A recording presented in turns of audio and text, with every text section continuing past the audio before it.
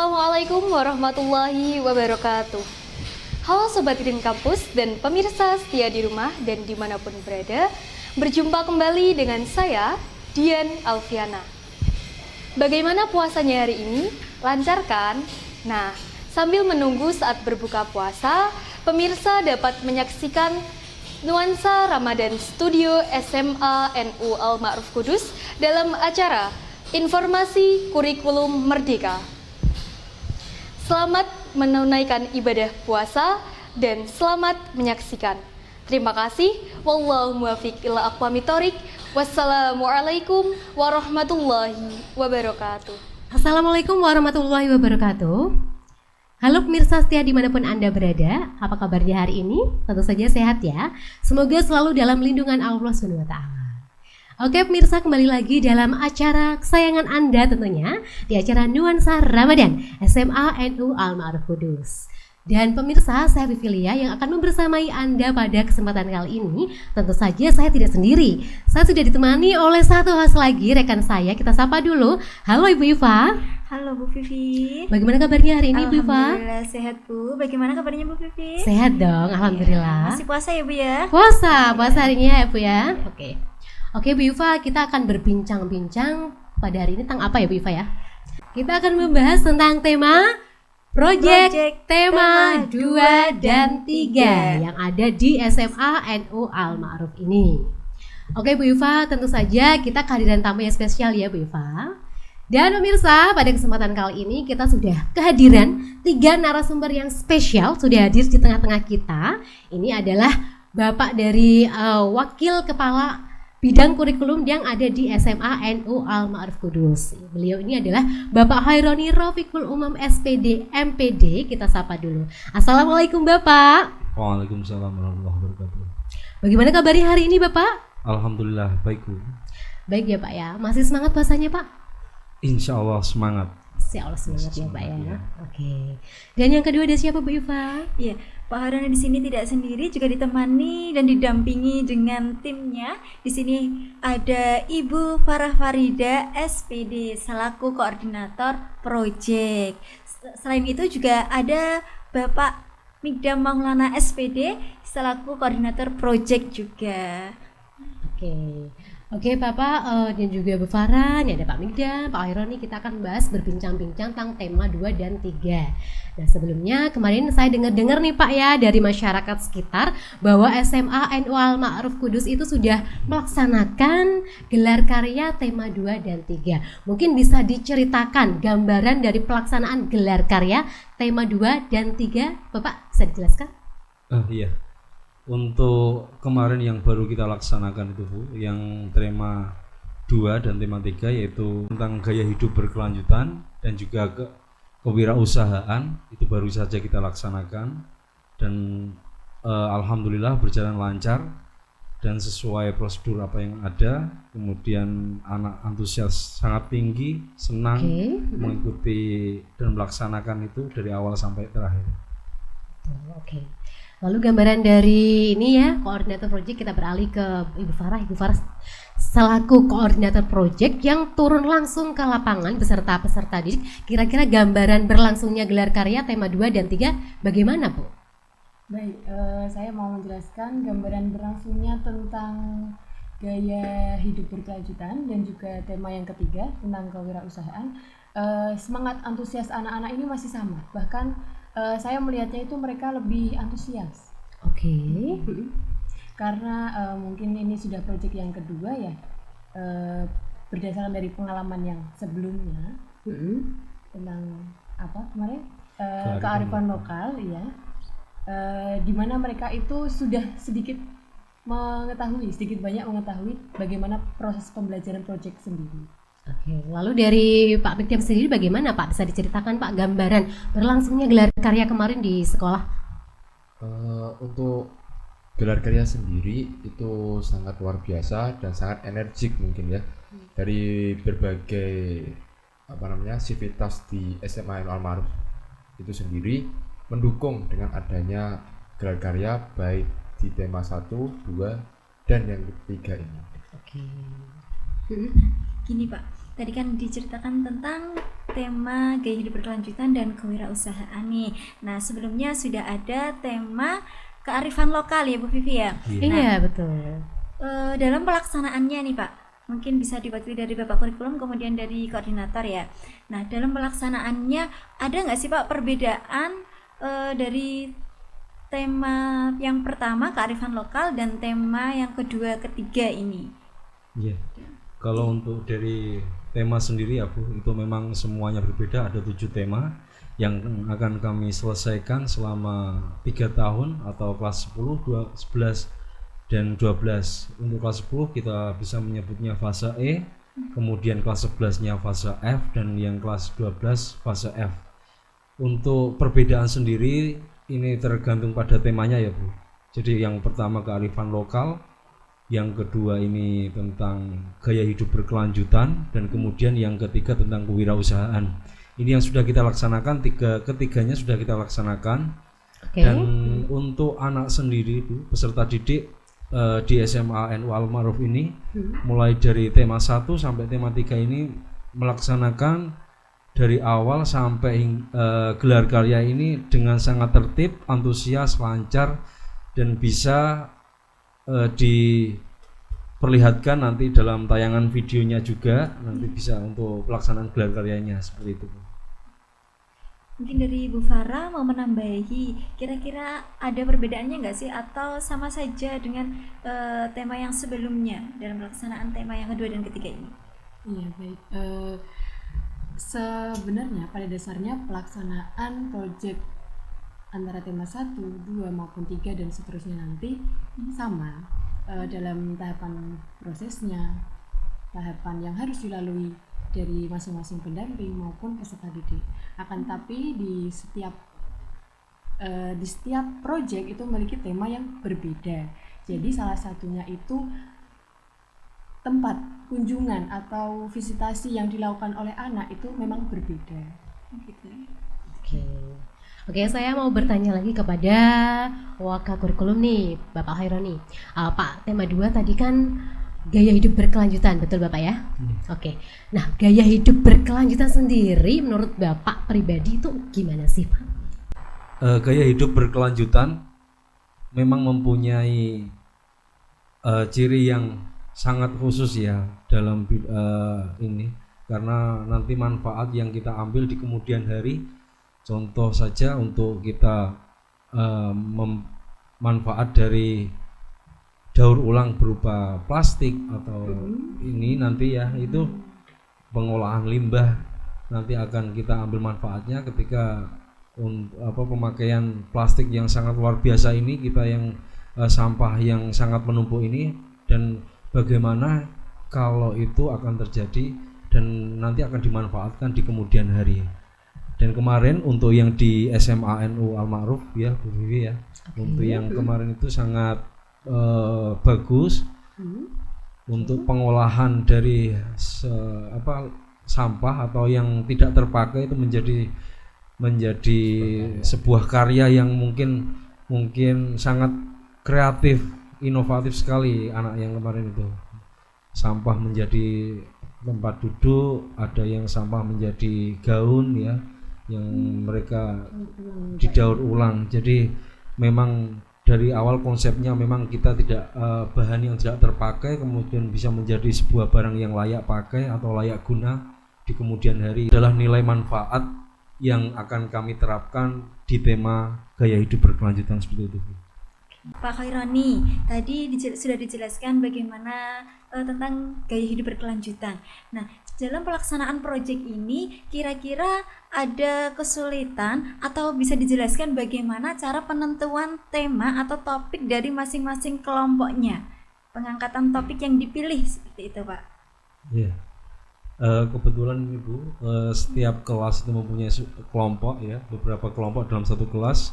Kemudian di dalam beberapa kelompok ada pendamping ya yang siap mendampingi, dan pendamping tersebut Bapak Ibu guru sendiri yang mengajar biasa di kelas itu tidak boleh langsung ngasih ide atau sebuah topik yang akan mereka angkat, tapi kalau boleh berupa seperti pertanyaan pemantik untuk mereka kembangkan sendiri menjadi sebuah topik yang mereka akan angkat. Jadi memang anak dipikir secara berpikir secara kritis dan kreatif, memang ide atau gagasan dari anak tersebut. Ya, murni dari anak gitu ya Pak ya. Itu yang terjadi seperti itu. Ada nggak Pak sih yang diusulkan oleh Bapak Ibu guru, boleh nggak kayak gitu? Kalau misalkan ada titipan, ini loh produk yang bagus seperti ini, boleh nggak kayak gitu Pak? Atau bisa nggak? Ya, kalau kita melihat dari konsep awal memang itu tidak boleh ya Bu. Oh, gitu. Jadi Berarti memang murni itu dari murni anak ya, kreativitas Pak, ya? dari anak, dan mereka dipacu untuk bagaimana berpikir secara kreatif, secara mandiri untuk tentang apa yang akan diangkat, apa yang akan dijadikan sebuah topik yang akan mereka laksanakan itu seperti itu. Gitu. Berarti anak benar-benar dilatih untuk berpikir kritis ya Iya, Pak ya, dan kritis. kreatif. Oke, kemudian saya mau lanjutkan ini untuk koordinator proyek Bu Farah ataupun Pak Dama nih. Nah, bagaimana sih Pak hasil produk dari proyek gaya hidup berkelanjutan itu? Ada apa saja hasil proyeknya? Mungkin bisa dijelaskan. Pemirsa juga mungkin masih belum tahu apa sih hasil yang dihasilkan dari Iya, proyek tersebut. Betul sekali ya. Kira-kira? Ya, mungkin tidak jauh beda dan tidak jauh dari kata topik yang diambil dari tim kurikulum Merdeka sendiri itu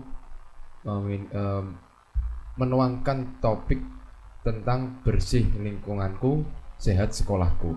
Jadi kemarin ada beberapa kelompok, ya salah satu kelompoknya itu menulis tentang membuat sebuah karya di mana topik mereka lebih ke kelompoknya itu sampahmu adalah karyaku. Jadi mereka mengumpulkan banyak sekali botol-botol bekas yang dibuat menjadi tempat untuk sampah. Jadi bisa ditaruh di dalam kelas, ketika nanti mau digunakan itu ditaruh di luar kelas. Jadi disediakan tempat sampah sendiri untuk kelasnya itu sendiri. Oh, berarti sampah-sampahnya itu dari sampah-sampah yang ada di sekolah ya Pak Iya, ya? iya. Tidak membeli atau memungut dari luar berarti ya Pak ya? Enggak, itu dari teman-temannya. Ya, dari teman-temannya sendiri. Ya, dengan slogan Luar tadi ya. biasa ya Pak ya. Iya, Bu. Berarti tidak menghasilkan sampah dari sampah yang Betul. ada. Meminimalisir, Bu. Iya, meminimalisir sampah. Baik. Untuk Bu Farah sendiri, bagaimana sih Bu?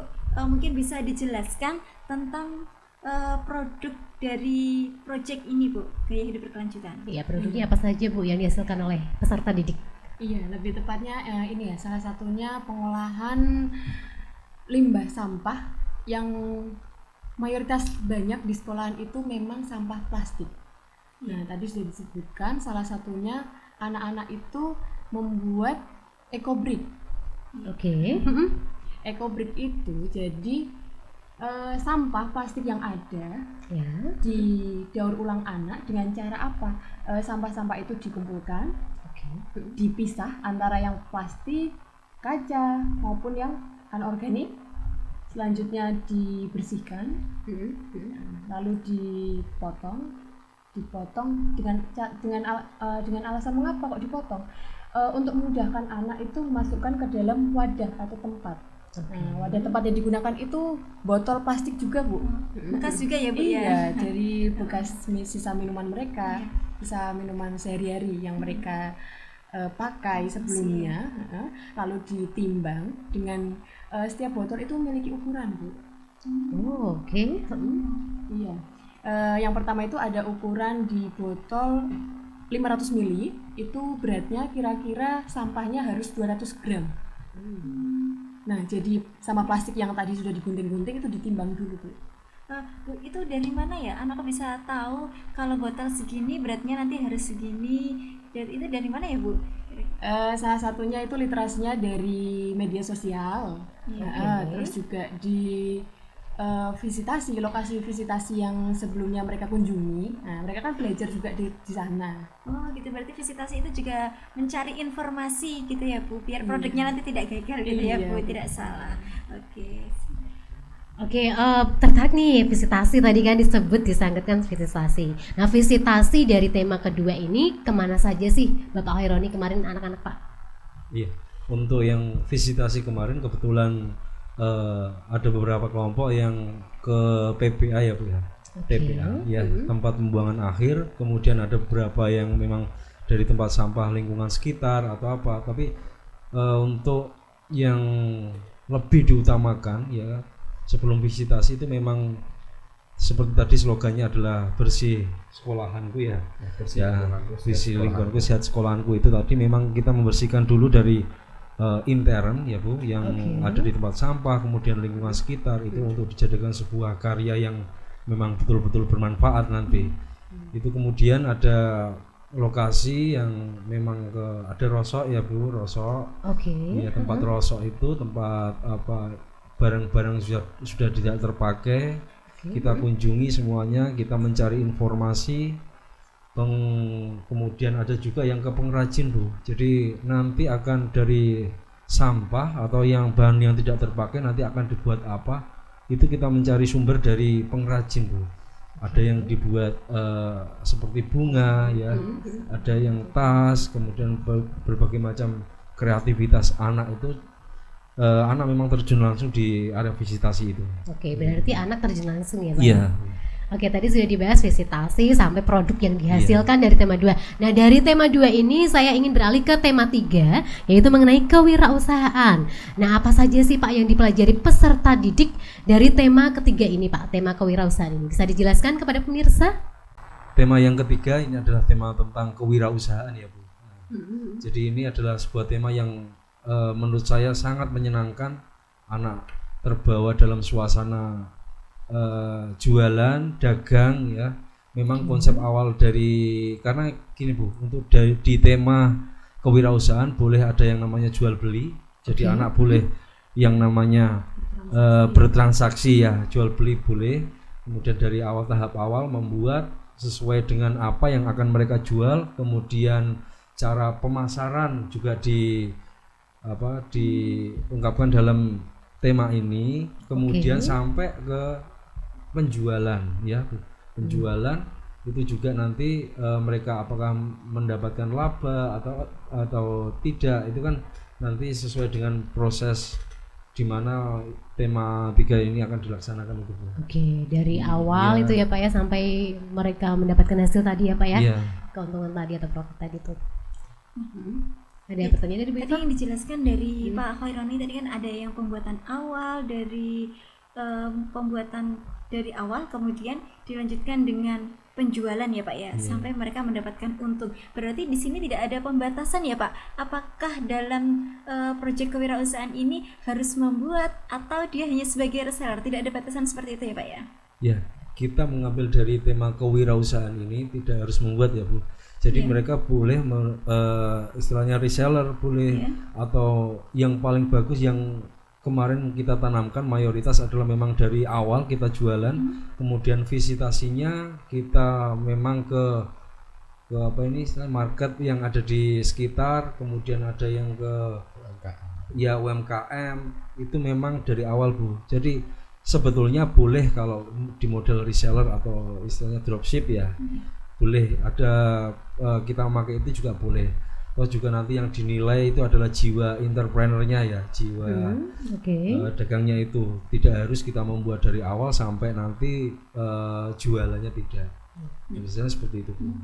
Nah ini Pak, tadi berkaitan dengan tema kewirausahaan nih Pak. Ketika gelar karya kewirausahaan kan ini berjualan ya. Nah ketika berjualan boleh nggak sih Pak ada pengunjung dari luar yang datang untuk membeli produk anaknya ini?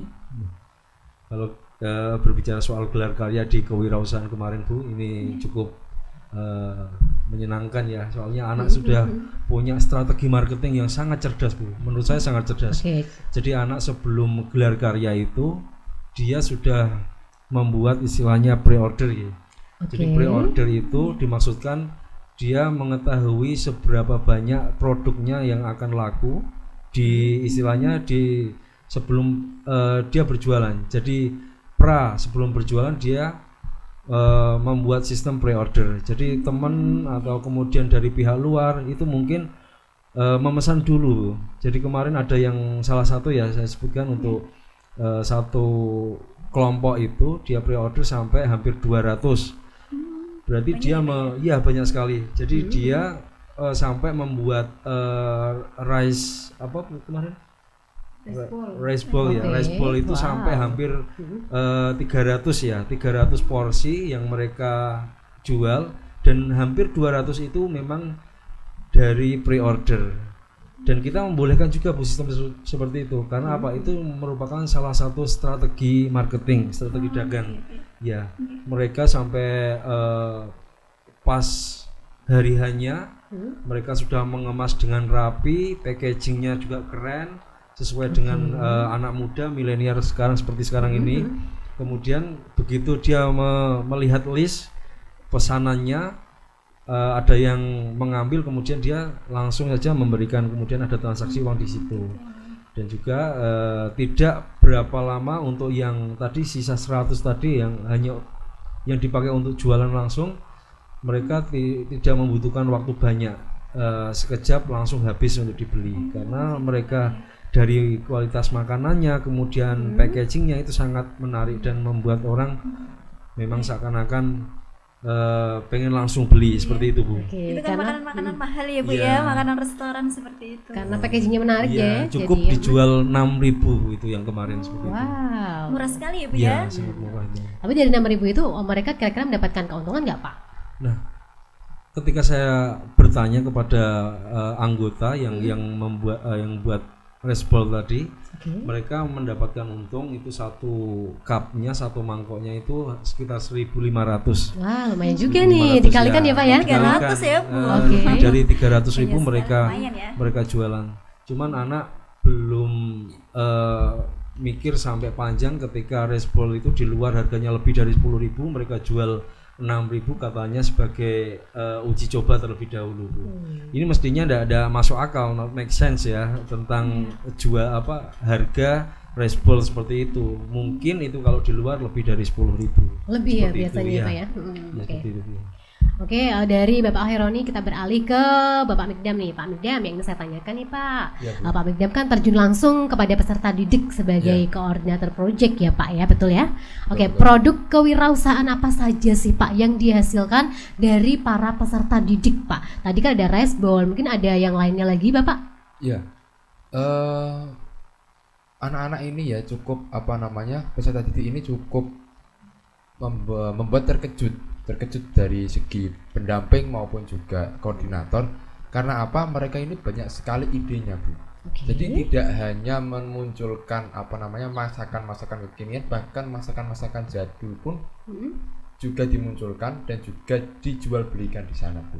Jadi peserta didik ini mampu bersaing dari segi kelompok satu dengan kelompok yang lainnya, sehingga kompetitor dalam kewirausahaan ini bisa membantu. Contohnya itu seperti ada yang bahasanya itu churros, Bu ya. Churros, ada lagi churros berbentuk donat, ada lagi churros dalam bentuk seperti dibuat itu dikasih pisang jadi lebih panjang gitu, Bu. Oke. Ini termasuk salah satu terobosan mereka. Ketika saya tanya apakah ini ide sendiri, mereka jawab kita mau coba dulu Pak, siapa tahu bisa nanti dijual belikan di luar setelah gelar karya ini.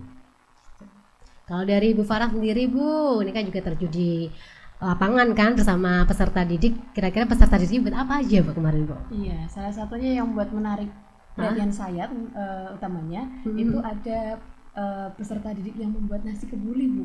Wow, nasi kebuli ya? Itu peserta didik sendiri Bu? Iya. Oke. Jadi awalnya itu mereka menceritakan bagaimana prosesnya. Awalnya merancang dulu ya, Bu. Oke. Buat perancangan apa saja bahan yang dibutuhkan, terus berapa juga modalnya yang perlu mereka siapkan. Lalu setelah itu mereka itu benar-benar mencoba terlebih dahulu. Oke, dicoba terlebih dahulu ya Bu ya. Nah setelah itu dicobakan kepada para pendampingnya untuk dikonsultasikan ya, maksudnya gini, Uji kelayakan gitu ya, Bu, seperti itu ya. apakah masakan saya yang seperti ini tuh sudah layak Jual belum? apa belum gitu. Terus gini Bu, tadi kan banyak sekali ya dijelaskan sama Pak Midam dan juga Bu Farah berkaitan dengan produk dari proyek kewirausahaan. Nah, itu kan banyak produk yang sebenarnya bukan produk lokal seperti nasi kebuli itu kan Ada yang kan benar bukan itu produk lokal manca kudus ya kan. manca negara. Nah, itu anak-anak belajar dari mana ya Bu masak seperti itu? Apakah dia memang sudah punya bakat untuk masak itu kemudian dikembangkan di proyek ini ataukah ada yang mengajari tentang pembuatan makanan-makanan tersebut? Dari Bu Farah dulu. Iya. Setahu saya dia itu awalnya itu mencari literasi ya Bu, salah satunya Iya, dari berbagai sosial media, dari YouTube pun di sana kan juga banyak ya macam-macam resepnya. Nah, terus juga dia dikolaborasikan ada resep dari orang tuanya juga Bu. Oh gitu. Oke. Berarti orang tuanya sudah punya pengalaman Bu ya. Iya.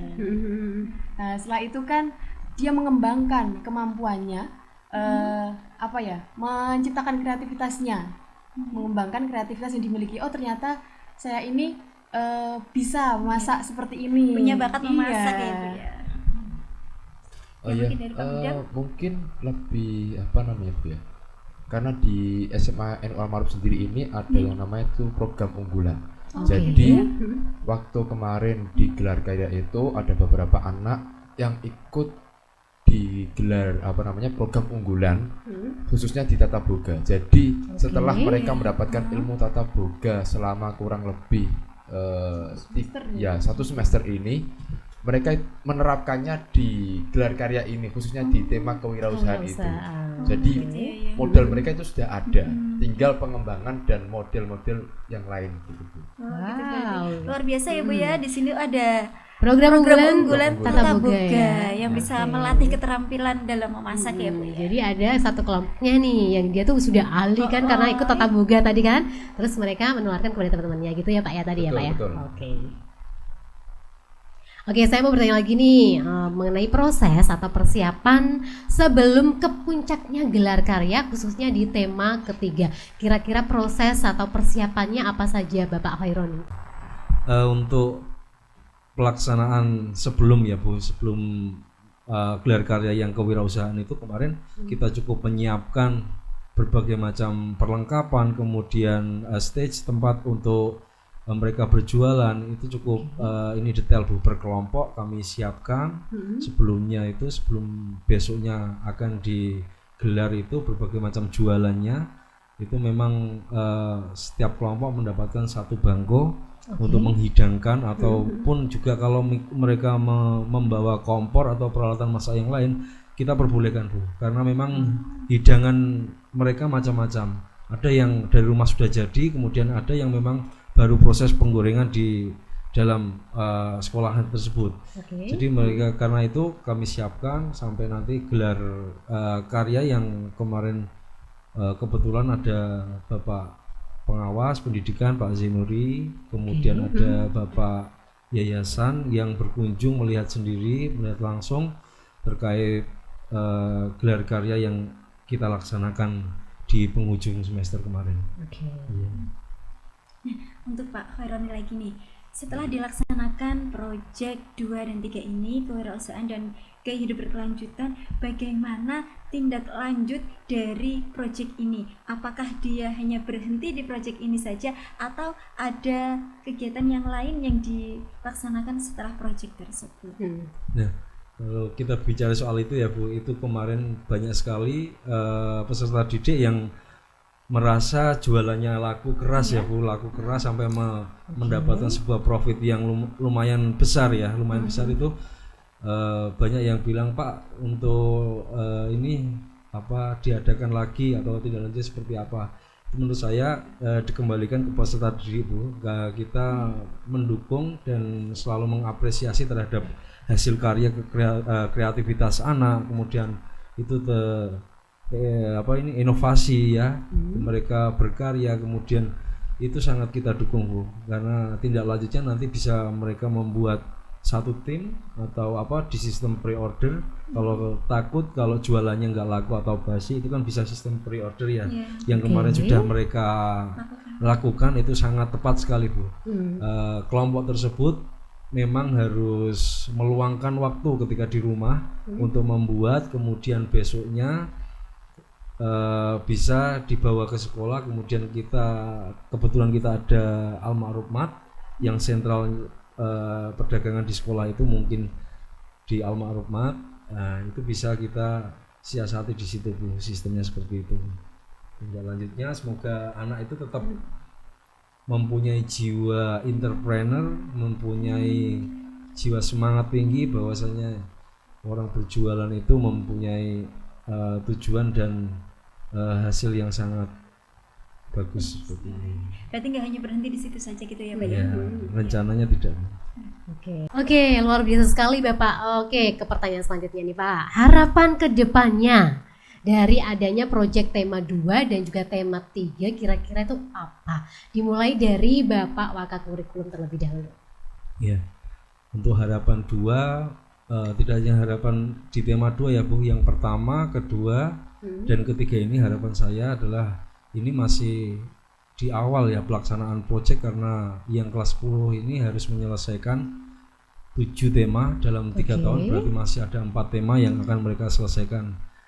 Harapan dan nanti untuk kedepannya agar mereka semangatnya masih di tema-tema awal, selalu semangat, tetap berinovasi, kreatif, mandiri, dan itu akan menjadikan seorang pelajar atau peserta didik di Al-Ma'ruf menjadi peserta didik yang mempunyai jiwa profil pelajar Pancasila gitu. Intinya seperti itu Bu. Oke. Lalu dari Ibu Farah sendiri bagaimana nih Bu? Untuk harapan ke depannya Bu? Ya, harapan saya sendiri utamanya untuk para peserta didik ya, biar anak-anak itu lebih semangat dalam proses pembelajaran proyek maupun pembelajaran intrakurikulernya juga ya Bu ya, harus seimbang. Terus juga ini yaitu terus berpikir kreatif untuk mengolah apa yang ada di depan dan apa yang ada di lingkungannya di sekitarnya. Oke, dari Ibu Farah berlanjut ke Pak Mikdam nih Pak, harapan ke depannya kira-kira seperti apa Bapak? Ya, untuk harapan kepada peserta didik hampir sama sebenarnya Bu. Mungkin lebih tepatnya mereka tetap antusias hingga nanti mereka lulus, mereka tetap pada profil Pancasila, sehingga setiap langkah demi langkah mereka lakukan karena mereka sudah pernah melakukan. Untuk tidak hanya pada peserta didik tapi semua sivitas stakeholder yang ada di SMA Al-Ma'ruf tetap antusias terhadap profil pelajar Pancasila, sehingga bisa melaksanakannya tahun demi tahun dengan baik gitu. Bisa ya. Sekali. Oke, nah ini statement akhir dari Bapak Wakakurikulum sendiri, kira-kira seperti apa Bapak ini statement akhir Pak? Ya, untuk yang terakhir saya sampaikan buat peserta didik semuanya dan juga untuk pendamping, tetap semangat, kreatif, dan selalu berinovatif. Dengan itu profil pelajar Pancasila akan muncul di diri peserta didik. Terima kasih. Wah, luar biasa sekali. Oke, Bu Yufa, tidak terasa sekali waktu kita sudah habis sampai di sini ya Bu Yufa ya. Kita bincang-bincang kita tidak terasa ya Bu. Iya, benar sekali. Kita pamit dulu kepada pemirsa. Oke, pemirsa, tidak terasa waktu kita sudah habis sampai di sini ya. Terima kasih atas kebersamaan Anda. Saya Vivilia dan saya Murifa. Kami memohon maaf apabila ada tutur kata yang kurang berkenan di hati pemirsa. Akhir kata, wassalamualaikum warahmatullahi wabarakatuh. Terima kasih Bapak, saya selalu Bu Farah, Pak Mikdam dan juga Pak Oni ya. Assalamualaikum warahmatullahi wabarakatuh. Alhamdulillahirabbil alamin wa bihi nasta'in ala umurid dunya waddin. Wassalatu wassalamu ala asrafil anbiya'i wa imamil mursalin Sayyidina wa maulana Muhammadin. La hawla wa la quwata illa billah il aliyyil azim. Amma ba'd. para pemirsa live streaming studio SMA NU Al-Ma'ruf Kudus dimanapun Anda berada. Kembali lagi kita akan ikuti tayangan nuansa Ramadan di studio SMA NU Al-Ma'ruf Kudus. Pada kesempatan hari ini akan kami tayangkan ngaji bareng bersama Kiai Haji Bahauddin Nur Salim atau lebih kita kenal sebagai Gus Baha. Sambil menunggu ngabuburit azan maghrib, kita saksikan bersama. Selamat menyaksikan, semoga kita bisa mengambil manfaat dari tayangan tersebut. Wassalamualaikum warahmatullahi wabarakatuh. Ya karena ya dunia ini nggak pernah jelas. Makanya Nabi saja berdoa apa ya muqallibal qulub tsabbit qalbi ala dinik, zat yang membolak-balikkan hati. Karena kayak apa kita mencintai Indonesia, mencintai masyarakat Indonesia. Tapi kayak apa kalau kamu sudah datang ke Singapura, orang Singapura dinamis terus gerutu. Orang Indonesia itu pemalas, tidak kayak orang Singapura, dinamis maju. Tapi kan urip di Singapura gak gelem. Tapi di Indonesia men gerutu, orang Indonesia tidak kayak orang Singapura. Cara aku nak ngomong ngono gak usah urip ning Indonesia, kono urip ning Budi. Singapura. Islam Indonesia gak mutu kayak dak di Timur Tengah, cobaan semua gini-gini. Enggak ana wong goblok ra iso ngaji cobaan ya dekne ra trimo goblok cobaan. Angel ngadepi wong ku angel. Lah terus kon piye? Sing biasa wae koyo kula jenengan wis biasa. Suwe ngaji-ngaji, wae turu-turu, suwe mangan-mangan wis biasa wae. Dinul ajais. Agama kita, agamanya orang lugu. Penting hubungannya dengan Allah spesial, bahwa kita yakin hidup kita namun bergantung kepada Allah Subhanahu wa ta'ala, dan kita selalu nyifati Allah nikmal maula wa ni'man nasir. Selagi Tuhannya Allah pasti kita ditolong. Apapun kondisi Indonesia, Tuhan kita tetap Allah, tetap ditolong. Kita pernah keluar dari penjajahan Belanda, tragedi PKI, ya apa saja problem kita pernah keluar karena Allah Tuhan kita, nikmal maula wa ni'man nasir. Sudah, iktimatnya sama Allah, jangan pada yang lain. Yang lainnya itu hanya aturan bernegara saja. Kita butuh presiden, butuh macam-macam, itu aturan bernegara. Tapi kesejahteraan kita tetap Allah nikmal maula. Karena kalau Allah yang nggak berkenan, Jawa dihilangkan les lewat ekuifaksi selesai. Atau meteor satu jatuh selesai.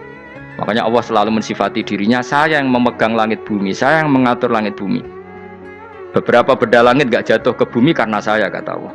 Inna wa yumsikus samawati wal ardo antazula wala inzalata in amsakahuma min ahadim min ba'di. Kalau sistem alam langit itu hancur, semuanya tapi kita enggak. Kadang-kadang membayangkan dunia enggak hancur itu kalau kestabilan negara. Negara tak stabil, kalau alam enggak stabil mau apa? Semuanya enggak koruptor, semuanya adil, tapi diguncang gempa tetap selesai. Diundang faksi tetap selesai. Makanya Allah selalu mengingatkan kita, aamintum manfis sama yakhsifa bihumul ardo fa idza hiya tamur. Kenapa kamu merasa aman di bumi? Bumi ini setiap saat bisa likuifaksi, kata Allah. Karena bumi itu dzatis sodok, potensinya pecah. Tapi kalau kita ingat situ kan akhirnya bergantung sama Allah, sambil bernegara secara benar, bertetangga secara benar. Susahnya apa sih hidup benar? Wong hidup benar itu nikmat. Kulo mboten nate urip susah. Ngerti masalah sing pangeran Gusti, niki wae jenengan ya sudah selesai. Jadi nak tahlilan ojo ngrameni tok, dijiwai nikmal maula. Nikmat itu sebaik-baiknya, nikmat itu sebaik-baiknya. Artinya kita selagi punya Tuhan itu pasti nasib kita ya sebaik-baiknya.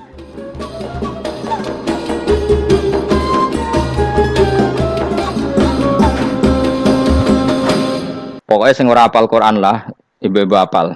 Yo syaratnya. Terus sing ora hafal ibu-ibu hafal kudu hafal ayat iki. Paling gak yo hafal maknane.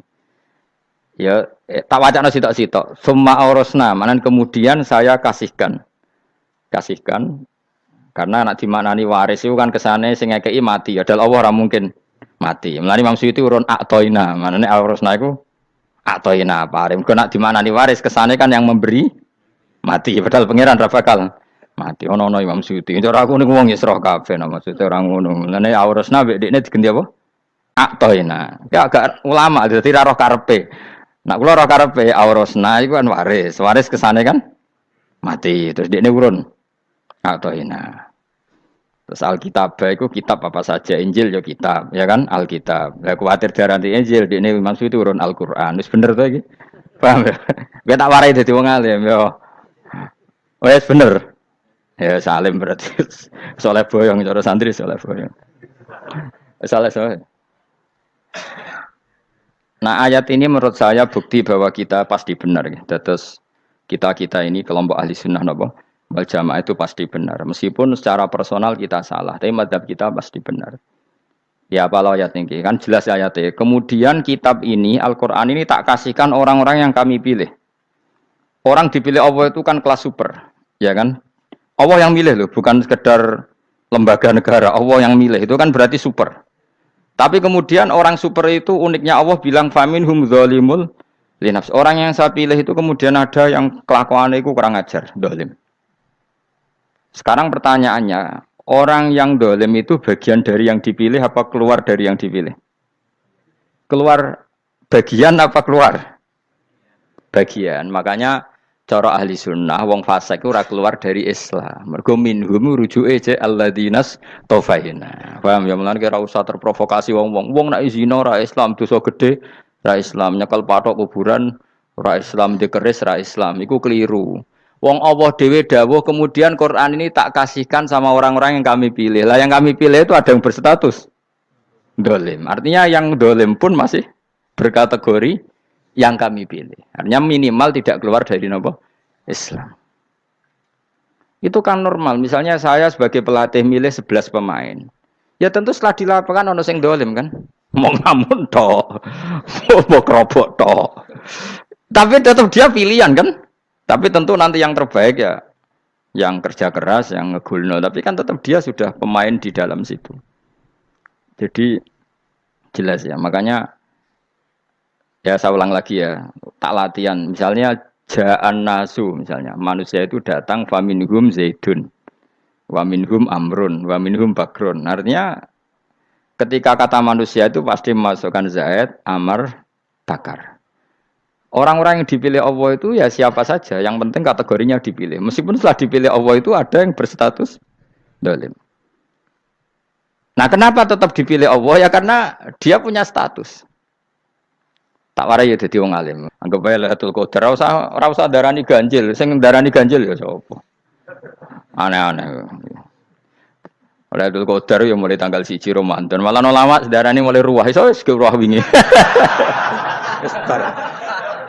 Kula sering tok Lailatul Qadar ya kadang mulut, kadang Dzulhijjah. Kula kan jenisnya on time. Kowe wong melarat dene dhuwit pendak entuk THR. Nah, wong marang pangeran ya sawal selo besar ya entuk napa? Lailatul Qadar. Mergo Lailatul Qadar iku malam diturunane Quran. Quran itu turun Ramadan tok apa tau Sawal ta? Sawal ya tau, Dzulhijjah tau. Dzulhijjah tau. Bolak-balik al-yauma akmaltu lakum turun apa? Bulan apa? Dzulhijjah. Kowe ku mari amatir, itu angel terang. Sing darane Lailatul Qadar iku malam diturunane Quran. Quran turune iku pira? Ya macam-macam, Ramadan nggih bolak. Lah tapi ono kelas-kelas premium, ono kelas umum, sing kelas umum wis pokoke Ramadan. Sing ganjil dipilih salah sitok. Dadi iku pembatasan apa?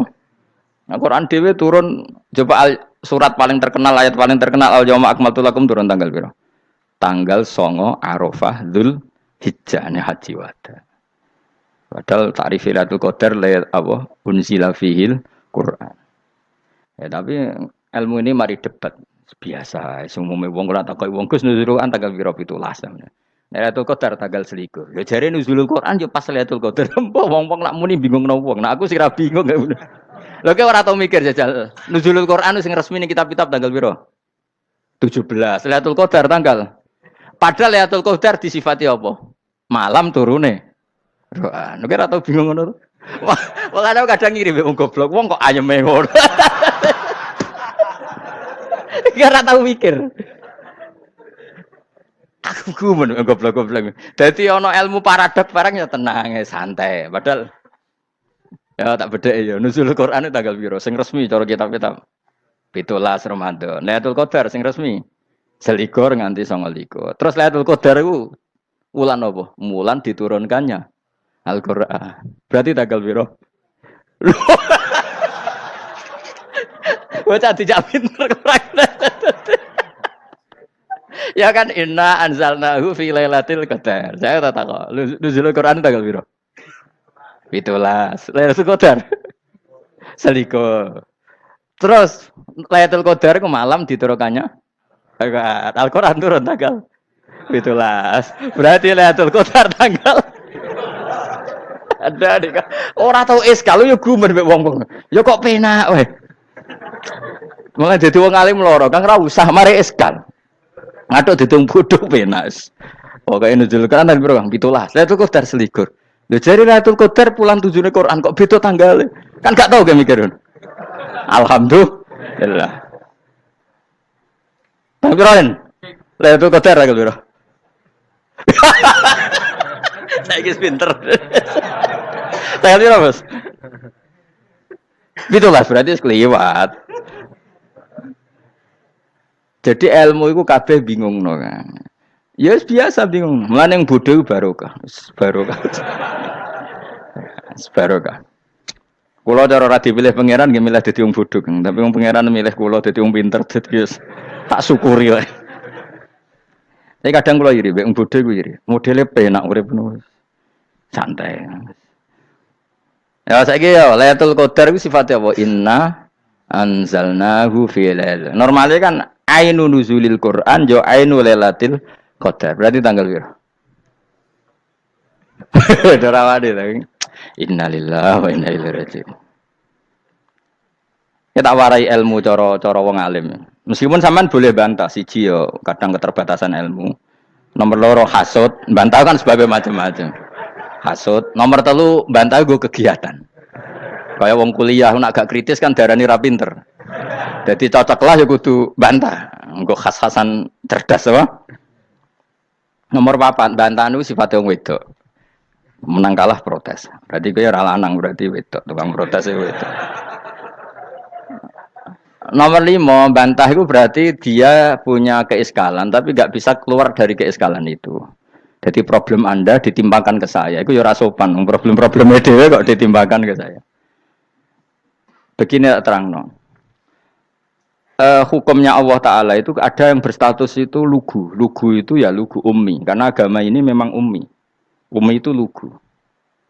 Sehingga agama ini tidak perlu diterangkan. Ngendikane Abu Hanifah, agama ini ketika datang, itu orang lugu. Lugu itu murni. Murni itu proporsional. Sehingga sifat ummi itu baik. Misalnya saya bilang gini, rungono awas kena keliru. Kalau kamu sholat itu batal kalau makan. Itu ukurannya 1 upo apa 1 piring? 1 upo kan? Itu sudah batal. Terus kalau saya bilang gini, Jong nak ono tamu gak imangan, itu sak piring tak sak upo. Ndak jawab ya. Sak piring, ora iso misal, tak keimangan gue sak upo sing penting. Nah, lalu Anda ditanya gini, lalu definisi makan itu apa? Memasukkan 1 piring ke mulut apa 1 upo ke mulut? Dalam bab sholat 1 upo ke mulut itu makan. Tapi dalam bab hormat tamu itu 1 piring. Setuju ya? Tak warai pinter kayak. Ayo tak warai ya. Wes setuju ya? Wes pinter. Lo jawab wes pinter. Urung. Lailatul Qadar ya ngono. Misalnya Lailatul Qadar menjadi super karena ada sesuatu yang super turun yaitu Lailatul Quran. Jadi menjadi super karena yang turun adalah sesuatu yang super dan itu artinya tanggal. Loh, salah nih aku cek. Iku utek tanggal 21 kabeh sing ngaji ning kene. Oh jelas inna anzalnahu fi lailatul qadar. Hurujuke ning ndi? Quran kan? Wa ma adraka ma lailatul qadar. Lailatul qadri khairum min alfi syahr. Makanya Lailatul Qadar itu ya bisa saja tanggal 1 kemarin sudah kelewat. Mbok entah ini jebelis baris dada. Atau mungkin Saban. Jadi perdebatan ulama tentang Lailatul Qadar. Malah ada wali yang bilang saya tiap hari mendapat Lailatul Qadar. Nah, itu malah ra kelas meneh, malah pusing, malah napa? Pusing. Udah gak usah mikir itu. Jadi hukumnya Allah itu ada 2. Ada hukum itu lugu dan ini bagus. Makanya saya itu kenangan saya terbaik dalam membela Allah dan Rasul. Saya ulang lagi, kenangan saya terbalik dalam membela Allah dan Rasul itu masalah faraid. Dulu mungkin banyak yang ingat lah ketika tahun berapa lupa saya, tapi ada seorang menteri dan pakar Islam menggulirkan isu hak waris itu sama, lelaki dan perempuan sama, alasannya karena perempuan sekarang kerja. Jadi gara-gara kesamaan gender kemudian mereka ingin bagi waris itu apa? Sama lidzakari bisul hadil unsayain itu ditentang. Gerakan itu pernah menguat, termasuk yang bisa dengan tanda kutip bisa menghentikan gerakan itu termasuk itu saya. Yang punya pikiran gitu tak parani, tak tantang begini, saya bilang gini. Anda ngomong ini itu karena pinter apa karena tren? Tak tanya. Ya karena pinter. Saya ini kan orangnya keren, punya kepangkatan jos lah. Ya kepangkatan jos, kepangkatan dunia, mestinya cara pangeran bojos ora ya ora. Cara ukuran dunia itu jos lah. Tak tanya, saya itu Pak Ba, termasuk yang setuju gerakan kesamaan gender. Dulu kan lelaki perempuan itu beda sekali karena lelaki kerja perempuan tidak. Sekarang sama-sama kerja maka warisnya harus sama. Terus saya tanya gini, lalu penyebab warisan itu kerja apa lelaki? Dia jawab kerja. Dia nggak ngerti kalau ngadepin saya. Saya ini kan orang alim yang biasa belajar mantek. Dia ini roh nak aku ngalim. Sembrono ya jadi ini. Ketika tak tanya gini, lalu misalnya saya punya anak, yang anak saya putri itu direktur BUMN atau direktur bank atau direktur PT besar. Kemudian anak lelaki saya idiot, goblok. Warisannya dikasihkan siapa? Kalau kerja adalah alasan dapat warisan, berarti anak saya perempuan itu yang dapat warisan dong. Anak saya lelaki kan idiot, nggak kerja. Lalu warisan itu berdasar prestasi apa empati? Kalau berdasar prestasi malah Anda ini aneh. Sudah kerja direktur BUMN hanya karena dia kerja, dia dapat warisan. Karena Anda bilang asbabul irsi adalah kerja. Kalau saya bilang karena empati, saya juga gak fair. Yang kerja juga butuh modal gak saya warisi, tapi yang idiot tak warisi karena warisan berdasar empati. Lalu Anda milih mana? Bingung deh. Sampai dia ikrar, saya belum pernah mendapat perlawanan seperti ini. Karena Anda ngomong sama orang-orang goblok, kata saya. Terus saya bilang, saya ini ngaji Wahab, khatam berkali-kali. Anda mungkin baca kitab Wahab itu hanya terjemah. Maka menurut Islam, yang menjadi hak waris itu sebabnya zukurah wal unasah. Kelelakian menjadi dapat 2 bagian, keperempuanan menjadi 1 bagian. Dan itu Islam tidak mau urusan dengan prestasi maupun empati. Mujarrodul zukurah dan mujarrodul unusah. Sehingga dengan seperti ini tuh Islam nggak ribet. Coba kalau kamu pakai ilatul hukmi, pakai cara berpikir logika, malah ruwet. Karena tadi, kalau kesamaan gender itu karena perempuan kerja, lalu misalnya yang lelaki idiot misalnya atau pengangguran, warisan kamu kasihkan siapa? Kalau kerja itu menjadi alasan hukum, kamu kasihkan yang perempuan kan? Aneh nggak? Yang sudah kerja malah kamu kasih warisan, yang nganggur enggak? Berarti berdasar prestasi atau berdasar empati. Kalau kamu dapat warisan, idiot dulu dong. Idiot dulu, goblok dulu, kecelakaan dulu, baru dapat warisan karena dapat empati. Yang sudah PNS nggak perlu dapat warisan karena sudah juga ruwet. Fikih seperti ini ruwet nggak? Ruwet. Nah, kata Imam Haromen gurunya Ghazali, agama itu kadang dinuna dinul ajais. Kita ikut yang lugu saja. Allah bilang lelaki dapat 2 bagian dari perempuan, ya lelaki ya yang punya alat kelamin, penis. Perempuan yang punya farji, ya sudah gitu aja, gak usah ruwet-ruwet. Kenapa begitu? Ya sudah seperti itu. Nanti lama-lama gini kalau diterusin. Ada seorang dokter fikih perempuan. Dia menguasai fikih sholat. Ruhin lanang tapi gak menguasai fikih sholat. Rohnya mau pesolatan misalnya. Lalu yang jadi imam siapa kalau berdasar prestasi? Perempuan dong, karena dia doktoral fikih sholat. Dia menguasai aneh-anehnya sholat. Ghoro ibu masaili sholat dia menguasai. Sementara Rukin takoki sholat apa Rukin? Pokoknya ini gugus ngadeg terus lugu. Terus ngadeg malih. Apa? Ada ngulon. Nak salam ngalerin. Dia tahunya hanya itu dok. Lalu kalau nuruti imam sholat adalah yang terpandai dalam fikih sholat, tentu yang imami perempuan. Tapi agama ini tidak seperti itu. Pokoknya wong lanang imami. Wong beda. Jadi makanya kata Imam Haromen dinuna dinul ajais. Sampai Said Muhammad itu sering ngutip beliau gini kan, Allahumma imanan ka imanil ajais, ya Allah. Semoga iman saya menerima konsep engkau itu ka imanil ajais. Imannya wong wedok-wedok sing lugu. Ajis itu perempuan lugu yang sudah sepuh. Jadi misalnya ngukur anak seneng ya anak kono gedang goreng, ngekei duwe, ya lugu saja. Itu bagus. Daripada kamu pakai argumentasi, karena argumentasi ini sebetulnya kelihatan cerdas, tapi ada kebodohan masif. Karena tadi, kalau hak waris kita otak-atik dengan prestasi, maka yang pro empati akan protes. Paham ya? Masa yang sudah kerja dikasih banyak, yang idiot enggak? Tapi kalau berdasar empati juga aneh. Masa dapat warisan harus goblok dulu, harus kecelakaan dulu. Maka Rasulullah pernah ngendikan ketika ditanya, lalu warisan untuk siapa ya Rasulullah? Nabi jawabnya lucu. Fali aula rojulin dakarin. Jadi Nabi sempat ngendikan kata rojul. Kemudian direvisi dakarin. Fali aula rojulin dakarin. Semua ulama ngendikan dakarin di sini adalah badal. Nabi ngendikan rojulin. Kemudian Nabi ingat kalau rojul itu identik dengan lelaki dewasa. Apa? Kemudian Nabi mengulang lagi dakarin. Tidak harus dewasa, yang penting lelaki. Jadi meskipun baru lahir, kalau dalam keadaan baru lahir namanya apa? Kan dakarin kan? Belum bisa dikatakan rojul. Paham ya? Nabi ngulang 2 kali. Fali aula rojulin dakarin. Ini penting saya utarakan supaya clear. Jadi agama itu gak usah diotak-atik. Ya itu tadi misalnya imam sholat itu lelaki. Ya sudah lelaki. Lelaki itu apa? Yang punya alat kelamin lelaki. Jangan dibalik ini. Yang dikatakan lelaki itu orang kuat. Sehingga meskipun perempuan kalau kuat, misalnya perempuan anggota poluan. Lelakinya cemen, idiot, maka imamnya perempuan gitu. Karena makna lelaki adalah kuat. Ini keruwetan. Jadi agama itu tidak seperti itu. Nah sekarang kembali ke pilihan. Yang dikatakan pilihan itu orang hebat. Apa yang dipilih? Apa berdasar definisi? Apa berdasar kehendak yang milih? Loh kok mulai do pinter? Tumben do pinter. Alam raya ini milik Allah. Dan semua di alam raya ini milik Allah. Maka dipilih tidak dipilih itu terserah yang punya apa terserah kita. Apa terserah kriteria, apa terserah definisi. Dalam konteks kita sebagai objek diambil, tentu terserah yang punya. Kemudian Allah bilang, orang-orang itu saya pilih. Nah kalau milihnya Allah berdasar kepunyaan, tentu Allah boleh dong memilih orang yang sebetulnya berstatus dolim. Ya tapi ya tetap dia dolim, tapi ya tetap dipilih. Kenapa ya? Karena Allah yang punya. Saya misalnya orang kaya, boleh nggak punya HP buruk? Boleh kan? Terserah saya.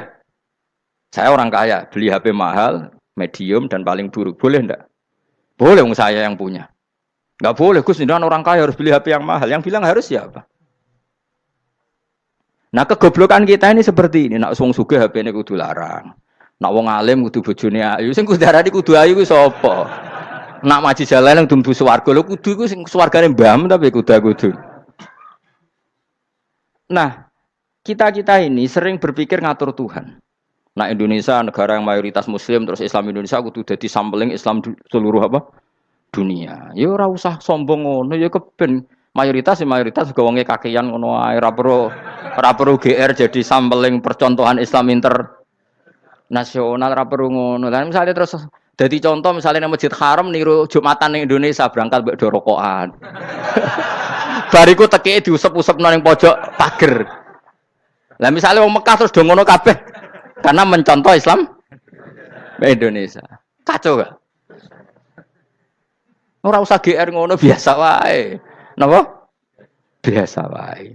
Terus misalnya mencontoh Islam Indonesia, Indonesia nak ziarah Wali Songo terus tahlilan nunggu nganti setengah jam.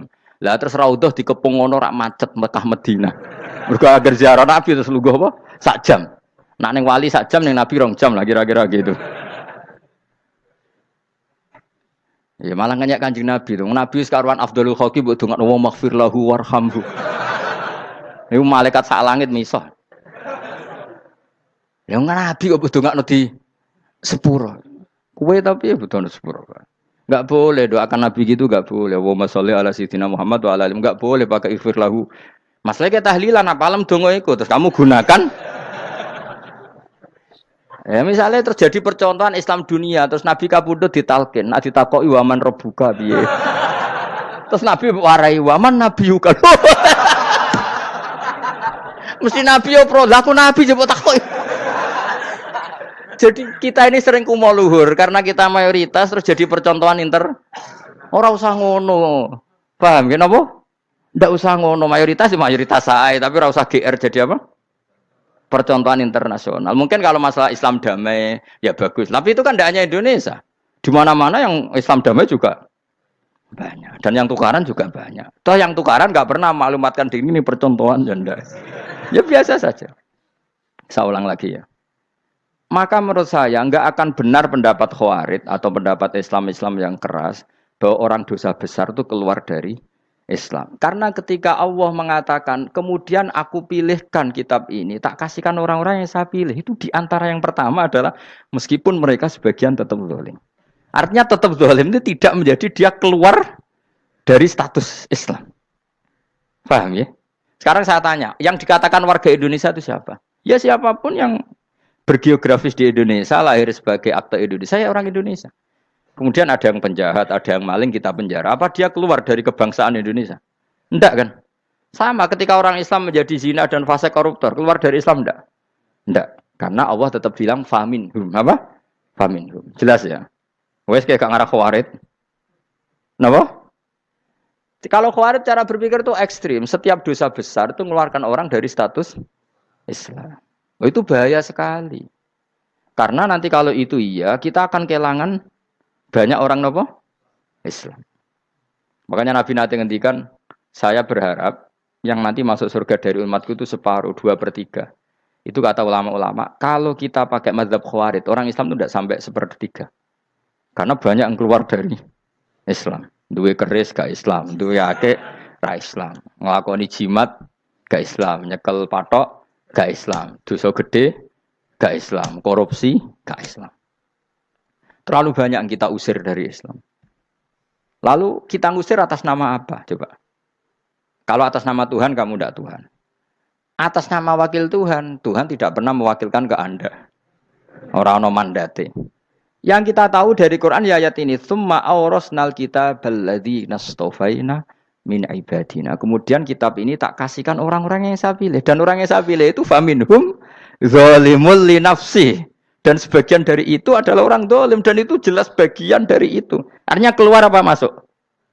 Keluar apa masuk? Masuk. Meskipun ya yang zalim tetap berstatus zalim. Kayak warga Indonesia, ini semua warga Indonesia. Paham ya? Yang maling ya tetap warga Indonesia. Meskipun ya tetap maling. Jelas ya? Betul gitu. Makanya ahli sunnah itu pendapatnya falam nukafir mu'minan bil wisri. Kita tidak akan mengkafirkan orang mukmin hanya karena melakukan dosa. Kenapa ya? Karena Allah bilang faminhum setengah sangking itu masuk bagian. Dan itu luar biasanya Allah disebut istofaina. Tetap orang-orang pilihan. Maka ini penting saya utarakan supaya kita ini tidak sok-sokan. Terus yang zalimul li nafsi pun potensi dimaafkan sama Allah. Asal dia tobat, dan tobat itu sama Allah nggak ada batasnya. Malam yuhur kiri sampai apa? Nafas apa? Terakhir.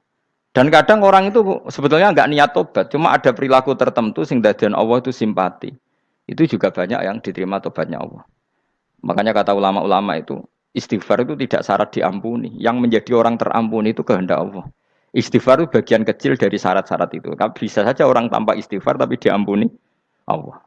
Misalnya Allah dawuh wa yaghfiru ma duna dzalika limay yasha. Itu bukan limay yastaghfir tapi limay yasha. Contoh masyhur kan, kamu pernah dengar kan ada orang nakal itu, mau misah itu ya kira-kira lonte atau apalah.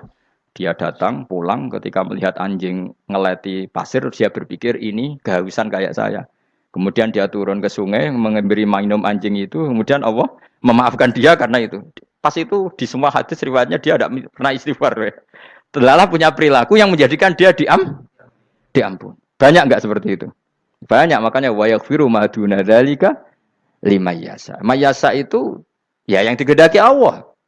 Bisa saja kalian ini sering istighfar tapi enggak dimaafkan Allah. Tapi delalah punya satu perilaku yang cara Allah itu penting, kemudian dimaafkan. Kayak Saharatu Fir'aun, itu dia tidak pernah istighfar, tukang sihir Fir'aun. Dia diampuni Allah, dikasih iman tuh gara-gara jadi wong Jogja. Terus ngono tok. Jadi pas mau duel adu sihir. Iku dalalah dekne mendingan ya. Qalu ya Musa imma antulqiya wa imma annakuna nahnul mulkin. Monggo jenengan riyen napa kula riyen. Dadi gara-gara dekne didikan Jogja niku. Lah wong ape duel, mestinya tarung itu semakin cepat mengambil kesempatan kan semakin menang. Ini sudah jelas tarung. Ngapunten jenengan riyen napa. Lha iku pangeran itu terus simpati. Wong kok sopane ngono apa? Akhirnya Allah memberi iman gara-gara apa? Imma antul qiyah wa imma an nakuna nahnul mulkin. Monggo jenengan riyen. Lah Musa juga Allah juga gak terima kalau nabinya kalah sopan. Sehingga Allah memerintahkan Musa adalah sopan. Mboten jenengan mawon. Jadi Nabi Musa qala bal alqu. Jadi Nabi Musa enggak jenengan riyen mawon. Jadi coba itu kan unik. Dia tidak ingin diampuni Allah, tapi adalah dia sebenarnya satu perilaku yang menjadikan Allah itu simpati, yaitu kesopanan dia dengan Nabi Musa. Imma antulkiya wa imma an nakuna nahnul. Nabi Musa juga bilang qala bal alqu moga jenengan riyen mawon. Akhirnya sakar nggih nak ngoten. Makanya Firaun tuh mangkelnya bukan main. Ketika pertunjukan itu akhirnya kan Saharatu Firaun kan kalah. Setelah kalah langsung iman. Maka kata Firaun, ini jelas Musa itu guru kamu. Cuma pura-pura saja kamu pro saya. Lah buktinya apa? Jare buktinya tadi monggo-monggonan gitu. Makanya Firaun bilang innahu lakabirukumul ladzi 'allamakumus sihr. Wah, iku mesti Musa iku gurumu. Padahal ya gak kenal sama sekali. Cuma gara-gara monggo-monggonan tadi itu akhirnya terus pikirannya Firaun. Wah, mesti wis kenal suwi mau gayane tok. Mergo gara-gara monggo jenengan riyen. Mboten monggo jenengan. Jadi makanya sampean jangan putus asa. Makanya keliru sekali kalau kita bilang diampuni Allah nunggu istighfar. Enggak. Tentu istighfar penting, kita sepakat. Istighfar itu penting, kita sepakat.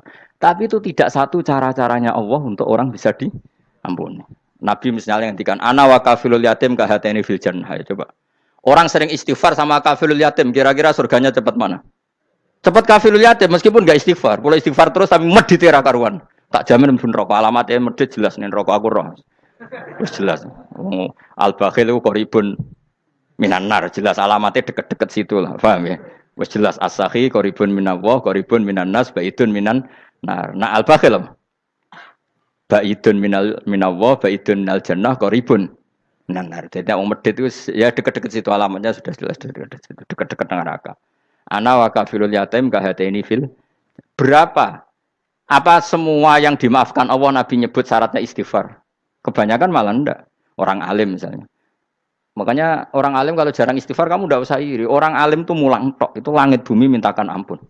Wa innal alima lastaghfiru lahu man fis samawati wa man fil ard hatta khitan fil bahr. Orang alim itu otomatis dimintakan maaf oleh langit dan bumi sampai iwak ning laut. Mulane jenenge Gus Bak jarang istighfar. Aku sing istighfar is akeh sembrono. Langit bumi no. Mulane kula nu jarang istighfar bukan karena saya sombong, memanfaatkan istighfar mereka, no? Dan saya yakin itu lebih mandi timbang istighfar saya. Ngon koman fis samawati nglebokno Jibril, Mikail. Orang-orang keren apa makhluk-makhluk apa keren. Saya baru cari hadis yang wa innal muta'allim sing ijek belajar tapi belum ketemu. Nanti kalau ketemu tak kasih tahu apa? Karena hadisnya yang saya baca masih wa innal alim apa? Orang alim jadi agak ketat. Nah, nanti kalau sudah ketemu wa innal muta'allima. Wah, nanti dicari. Tapi pasti palsu kalau ada itu. Karena semua tagnya itu apa? Alim. Atau ya kamu alim dibanding yang di bawahnya. Ya semoga itu masuk apa? Jadi dibanding orang Papua kan harus alim. Saya ulang lagi, ini penting sekali. Jadi latihlah jangan punya gerakan takfiri orang lain dianggap kafir, orang lain dianggap kafir karena Allah tidak pernah mengusir hambanya. Meskipun apapun salah dia, kata Allah tetap faminhum. Apa? Faminhum. Hum itu rujuknya ke yang depan. Jadi termasuk orang-orang yang saya pilih adalah faminhum zalimul li nafsi. Tetap dia di arena itu. Nisbatnya Islam ya tetap di area Islam itu. Meskipun yang ya kayak warga Indonesia coba. Warga Indonesia itu siapa? Yang terlahir di Indonesia dan ber-KTP kartu keluarga Indonesia sudah. Nanti tentu yang bajingan tetap bajingan, yang koruptor tetap koruptor. Tapi menjadi warga Indonesia terus keluar dari warga Indonesia. Tetap warga Indonesia. Kira-kira seperti itulah analoginya. Tetap istofaina tapi tetap berstatus faminhum dalim. Tapi rujuknya kan tetap faminhum ikut setengah saking alladzinas tofaina. Mulane ngaji sing tenanan kowe ora usah anut khawarit. Khawarit ku opo ngamukan. Sidik-sidik wong liya salah itu apa-apaan. Loh saya juga mangkel be wong dolim. Semua orang soleh mangkel be wong dolim. Tapi ya dihukum saja. Misalnya dalam Islam ada kisos, ada ada hadul qadzaf, hadus sariko. Ya hukuman ya hukuman saja. Tapi hukuman itu tidak bisa menghilangkan status. Ya sama seperti manusia tetap manusia, meskipun apapun dia ya manusia. Ya itu tadi misalnya manusia itu siapa? Ya manusia itu ya manusia. Terus kamu bikin orang yang standar ideal manusia adalah yang berperilaku baik, yang nggak pernah salah. Kemudian kalau Zaid itu maling berarti tidak manusia. Terus barangnya apa? Ketek. Tidak bisa, makanya kembali lagi dinul aja. Kamu bikin definisi manusia itu tidak usah seangkuh itu. Manusia seperti ini manusia ya sudah, maling ya manusia, orang soleh ya manusia, orang sedengan ya manusia. Lelaki itu apa? Yang punya alat kelamin penis itu lelaki, titik sudah. Sehingga nanti warisannya ya dia lelaki. Sholatnya dia ya bergaya. Kamu tidak usah bilang gini, lelaki adalah yang cakap memimpin, yang maco, yang kuat. Jika kalau tidak seperti itu namanya perempuan. Terus kamu membolehkan yang seperti ini jadi makmumnya perempuan. Imamnya perempuan sing maco. Kacau enggak kalau agama nuruti logika-logika itu? Enggak, jawab aja. Kacau. Lalu lucunya sekarang banyak kecerdasan yang mengarah ke sana. Makanya agama ini jadi kacau. Karena sudah ada dinul ajais. Agama ini agama ummi. Ya agama ini agama ummi. Kata Allah, huwaladzi ba'atsa fil ummiyin. Ummiyin itu lugu itu polos. Jadi kalau orang polos misalnya gini. Ini apa? Kira-kira kalau jawab orang polos ini. Jam. Bagus kan jam? Jam untuk apa? Penunjuk waktu, ya sudah seperti itu. Tapi kalau orang engkek, ini itu apa jam? Itu barang murahan. Bulat kan oleh jawab. Orang numpak mobil carry itu apa? Itu black melaku. Yang mobil itu Alphard. Jadi kacau.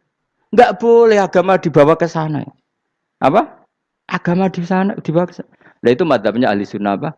Wal jamaah. Ketika Rasulullah ngendikan la yu'minu ahadukum hatta yuhibba li akhi, ora kok diarti ini ora iman. Jika yang menyala itu tidak iman, tidak seperti itu cara mengartikan ahli sunnah wal jamaah. Karena status itu tidak pernah hilang. Yang hilang hanya kesempurnaannya. Paham ya? Kesempurnaan kita jadi manusia hilang karena kita maling, karena jadi koruptor. Tapi tetap kita manusia. Kesempurnaan kita sebagai orang mukmin hilang kalau kita fasik. Tapi kita tetap mukmin. Paham ya? Makanya setiap hadis gitu kata ahli sunnah ya la yu'minu imanan kamilan. Wis dong ya? Dong. Ya terus alhamdulillah subhanallah. Ya doa alim semalam rolikur. Malam Lailatul Aku kadang yang melok goblok aduh. Saya tuh sering dididik sama bapak saya, sekumpul wong akeh ya kudu melok goblok guys. Makanya bapak itu kalau ada orang pidato, bapak kan juga enggak suka pidato juga, tapi ya kerso kadang-kadang, saya pun kadang-kadang kerso. Asal sing utus pernah guru, pernah sepuh kadang kerso. Nah, bapak nak pengajian ngomongin balik dari bapak, malah bingung ngomong apa wae. Coba kita dengan PD-nya bilang Lailatul Qadar itu 21 sampai berapa? 29. Lailatul Qadar. Warna iki malam Lailatul Qadar. Lalu Lailatul Qadar keren tuh karena apa coba? Karena nuzulul Quran. Lalu nuzulul Quran tanggal 17. Lalu Lailatul Qadar tanggal berapa? Oh, ada nih. Alhamdulillah. Tapi ini jangan jadi keiskalan yang masif itu sudah difitnah. Coro Gus Bak, ya ora coro Gus Bak, coro Quran ngawur gitu. Sembrono. Memang aku tidak pendapat tentang Quran, ya ndak ayatnya seperti itu. Maka yang benar, Lailatul Qadar itu kata ulama-ulama dulu, orang yang beramal soleh, ya itu sudah anggap saja dapat Lailatul Qadar. Ora usah ndelok esuk-esuk ndelok srengenge blerengen ta ora. Nek ora blerengen berarti untuk Lailatul Qadar. Jan mendung kan blereng piye. Terus bengi angite sayup-sayup. Anggere dini hari ya sayup-sayup blok-blok aneh-aneh wae. Lah nek pikir segoyo ora, berarti wong laut gak tarah untuk Lailatul Qadar, ke segoro kidul langine bianter. Lah nek ning Dieng ya mesti sayup. Mau angin tok gunung wis kesel tadi tok sayup-sayup. Gawe ukuran ojo ngono, gawe ukuran ngono rak wong Dieng luwih ngrasa entuk Lailatul Qadar timbang wong segoro kidul. Ke segoro kidul angine apa? Buanter. Padahal alamate piye? Sayup-sayup. Aneh-aneh. Maksudnya alamat ngono iku ora ngono, maksudnya ayat iku Kanjeng Nabi mbadhawuh ngono maksudnya ora ngono. Wes dong ya. Ayo Lailatul Qadar tanggal. Aku seneng wong bodho. Kowe enak urip wis happy no? Happy. Ya saya ulang lagi ya. Jadi kejati dirian itu tidak bisa hilang dengan standar keidealan. Yang hilang itu standar apa? Keidealan. Misalnya kita maling ya eman lah sebagai orang mukmin kok maling. Warga Indonesia kok kriminal tuh eman, tapi dia tetap orang Indonesia. Orang Islam tetap Islam meskipun dia fasik. Sebab itu Allah ngendikan faminhum Zalimul li nafsi. Sebagian dari orang yang saya pilih dia adalah orang dolim. Ya dolim saja. Kamu jangan kamu katakan kafir. Ya dolim saja. Dolim kira-kira maknanya kurang ajar, kacau, kriminal. Tapi kan tetap dia orang Indonesia. Paham ya? Ya tetap dia orang Islam. Tapi Islam yang dolim. Ya seperti saya sering cerita. Saya pernah ketemu orang alim melaku di Tuban. Iku pilih tanggamu. Wong Islam kok kumat. Umat Islam kok do mabuk. Ya tentu oknum ya. Tapi jadi orang alim tadi, itu orang umat Islam. Islam sing kumat. Jadi orang Islam itu hanya dua, umat Islam sama Islam yang kumat. Jadi kalau pas fase ya Islam kumat. Kalau pas waras umat Islam. Ya sudah itu bolak-balik. Ya, jadi umat Islam. Jadi kalau di Jogja atau di Jakarta ada orang mabuk, itu berarti Islam sang kumat. Kalau pas ngaji umat Islam. Tapi kadang orang yang sama, ya kadang umat Islam, kadang Islam yang kuman. Ya sudah seperti itu. Dan nanti pas diambil Allah, ya tetap statusnya dua tadi. Umat Islam dan Islam yang kuman.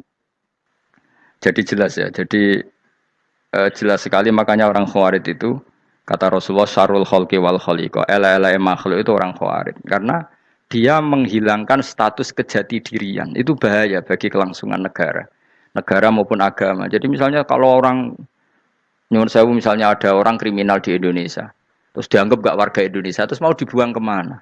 Coba. Sama kalau semua orang Islam yang salah dianggap kafir, terus lalu mau kamu buang kemana? Padahal dengan kamu katakan kafir, artinya dia sudah tidak wajib sholat. Orang kafir tidak wajib sholat, tidak wajib puasa. Apa tidak lebih ngeri? Karena dia tidak berkewajiban melakukan ibadah-ibadah Islam. Berarti Anda lebih ridho dunia ini rusak. Ya misalnya Zaid karena megang patok kuburan atau melakukan dosa besar kamu katakan kafir. Setelah kafir dia wajib sholat enggak? Tidak kan? Wajib puasa enggak? Berarti kan malah jura-juran. Karena mendorong orang keluar dari ring permainan kesalehan. Tapi kalau kita katakan Islam, kemudian kita bina. Kan ini jadinya aset. Dengan kamu katakan Islam artinya menjadi aset kan? Bandingkan kalau kamu katakan keluar. Paham ya? Makanya Nabi ngendikan umatku itu apa? Khawarij. Karena ini bahaya. Bahaya. Negara juga gitu. Andai kan kita berpikir ekstrim, yang melanggar negara tidak warga Indonesia. Yang demo tidak warga Indonesia. Sing beda pendapat dengan pemerintah enggak warga Indonesia, negara ini habis. Kehilangan 50% warga Indonesia. Ya biasa saja, yang salah ya salah, tapi tetap warga Indonesia. Kalau secara aturan hukum harus dihukum, ya dihukum. Asal objektif, asal adil. Kayak misalnya santri saya, yang santrinya Gus Bak itu siapa? Ya pokoknya sing ngaji. Kamu gak usah pakai definisi ideal. Sing ngaji, sing paham, sing ora ngantuk, sing pinter. Yo ngiyai dul. Mana. Jadi nek sing bener piye? Sing santri Gus Bak piye? Ya sing ngaji. Lah sing piye? Ya pokoke anggere sing teko ngowah-ngowah ya melok mlebu. Ora paham yo ngaji, paham yo ngaji. Wong didelok kolange itu pokoknya anggere sing teko ngono. Malaikat yo ora niteni sitok-sitok iki paham ta ora iki. Malaikat itu ono sing drengki disalahno pangeran, kita jamin. Tapi bukan malaikat elit sing didrengki, ora malaikat elit, malaikat awam napa? Masyhur itu kan. Innalillahi ta'ala malaikatan sayakhina fil ardi yabtahuna khilaqal dzikr. Terus Allah punya sekian malaikat yang tukang mencari-cari tempat dzikir. Khilaqul dzikri itu tempat-tempat halal haram, tempat-tempat ngaji.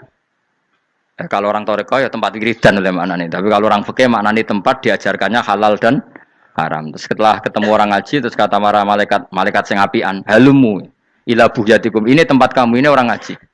Kemudian ada malaikat yang agak hasud, tapi entah gimana hasudnya. Pokoknya bilang gini, itu ada orang yang datang ke situ tidak niat ngaji, nyari temannya. Kebetulan temannya itu ngaji. Maka ya Allah itu jangan masukkan kategori yang ngaji, karena dia nyari situ nyari temannya. Kebetulan temannya itu ngaji. Tapi apa kata Allah?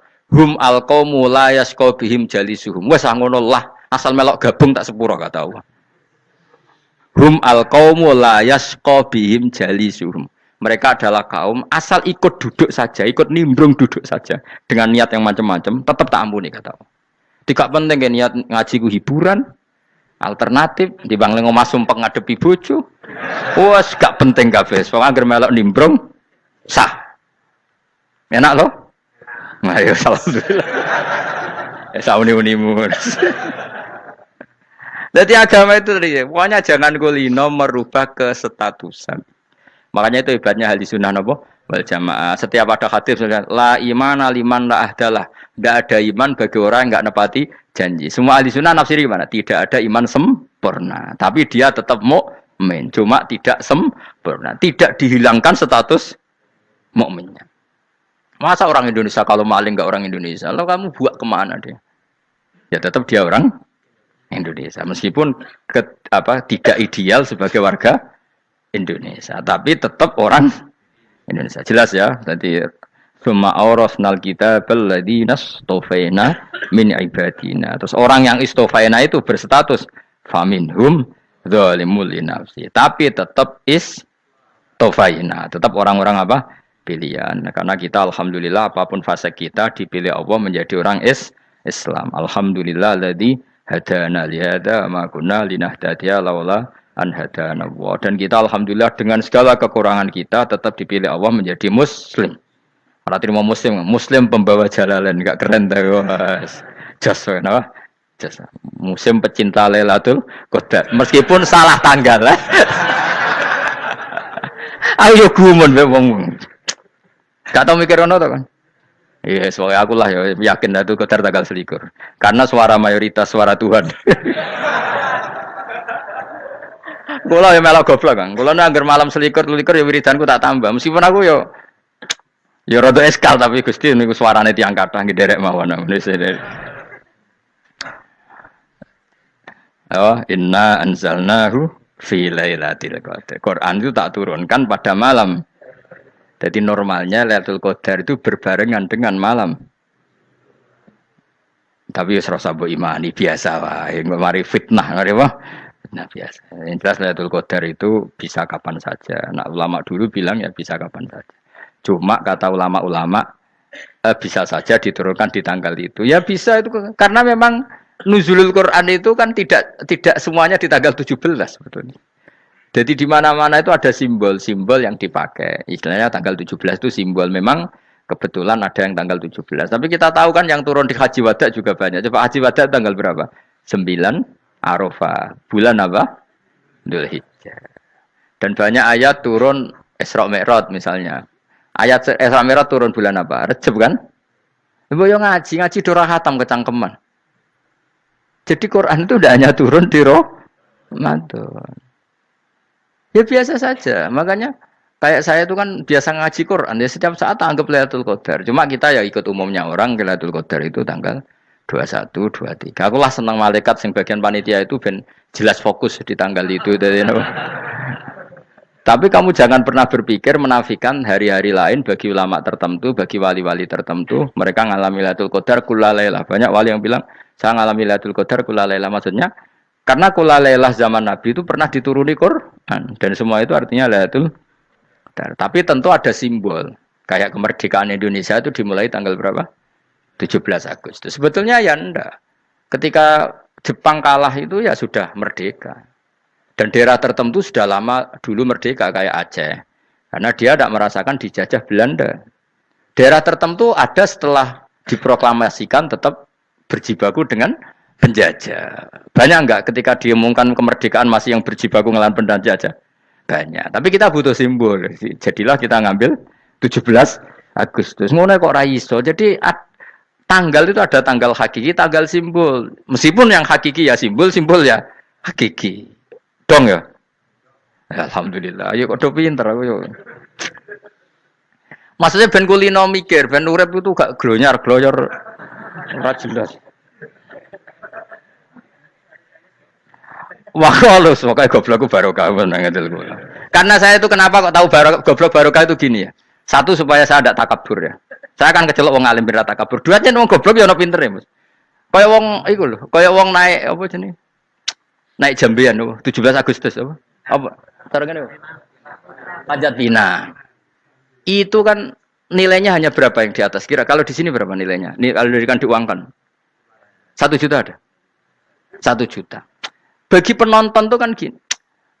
Cek goblok ya demi duit 1 juta glebotan kayak gitu kan gini. Wong barang angel kok dilakoni. Goblok banget kan gitu jare sing ra melok. Tapi ya delok ku seneng. Tapi kon melok ra gelem. Lah duit 1 juta ya tak rewangi gitu. Orang goblok ya gitu. Dadi wong alim ku angel. Wis ngerti nak angel, maka ora usah melok barang angel kan gitu. Berarti pinter gak wong goblok ku? Tak warai ya. Dadi wong alim iku angel. Maka saya menghindari barang angel. Menghindari barang angel itu satu kepintaran. Berarti orang bodoh adalah pintar. Tawarai. Jelas ya? Jelas ya? Alhamdulillah. Makanya kula nu kadang kok pinter kuwe Mbak aku. Karena kamu tahu ngalim iku angel. Menghindari barang sukar itu pintar. Berarti wong bodoh iku pintar. Tapi pintar dalam kebodohan. Harus respect. Mbak wong bodoh kudu napa? Respect. Dia tahu ngapal Quran angel, ngapal hadis angel, maca jalalan angel. Suatu yang angel harus dihindari. Menghindari barang angel adalah kepintaran. Wes ngono ae. Dadi kadang-kadang lagi GR, Gus Bab aku pinter aku. Kok iso? Dia tahu barang sulit kok dikejar. Itu kan satu kebodohan. Wes sak uni-unimu ngono dadi. Ben kowe syukur dadi bodoh yang syukur karena ternyata punya sisi kepintaran juga. Dalam kebodohan kita ada sisi apa? Kepintaran. Mun kula terusno. Allah itu siapa? Alladzi ahallana darul muqamati min fadlih. Alladzi rupane dat ahalla kang manggono sapa ladina ing kita darul muqamati ing omah kang dadi hunian. Ai liqamati rumah sing dadi hunian min fadli krana mu anugrahe Allah. Nggih kula nyontokno bolak-balik nggih. Semua ini kita di surga nanti berstatus lamanya-lama itu semua karena fadlnya Allah. Karena amal kita tidak cukup. Makanya Rasulullah pernah ditanya, ya Rasulullah betul orang surga masuk surga karena amalnya tidak, karena fadlnya Allah. Saya berkali-kali cerita dalam kitab-kitab tasawuf diterangkan ada seseorang yang enggak pernah maksiat, hidupnya taat. Kemudian ditanya sama Allah, kamu masuk surga karena apa? Saya karena enggak pernah maksiat, taat terus. Kata Allah, ya sudah kamu di sini aja 80 tahun. Ya kamu enggak apa-apa di surga sini berapa 80 tahun. Si Abid tadi, ahli ibadah tadi protes, katanya surga itu selamanya lama. Iya, kata kamu kan karena amal kamu di dunia kan hanya 80 tahun, umur kamu kan hanya 80 tahun, ya berarti surga kamu 80 tahun dong, karena kamu menganggap surga karena amal kamu. Fair kan? Amal 80 tahun surganya. Tapi kata jenengan surga itu selamanya lama. Sing selamanya lama itu fadolku itu gak ada habisnya. Kalau amal kamu ada habisnya. Terus kata orang tadi, ngimpun Gusti kula mbuska fadole jalan. Gak aku kecewa jare. Jadi orang itu harus pakai logika. Makanya agama ini ojo nuruti cerdas sing gak punya sanad. Lalu gunanya amal apa? Kalau kita masuk surga mergo fadole pangeran, bocah kok geblek gendeng campur gak di sanad.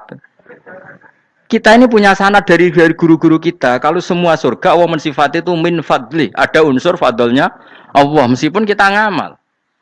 Karena tadi kalau karena amal kita hanya sak soleh-solehmu 80 tahun. Iku enak soleh terus. ABG puber pacaran tua dadi mubalek ya ta ora? Ayo ngaku ae. Tuane delok duang dutan gede-gede sunah Rasul. Coba kewapir suwi bareng Islam anyaran sudah dadi mubalek banyak. Artinya enggak 80 tahun total kita jadi orang apa? Soleh.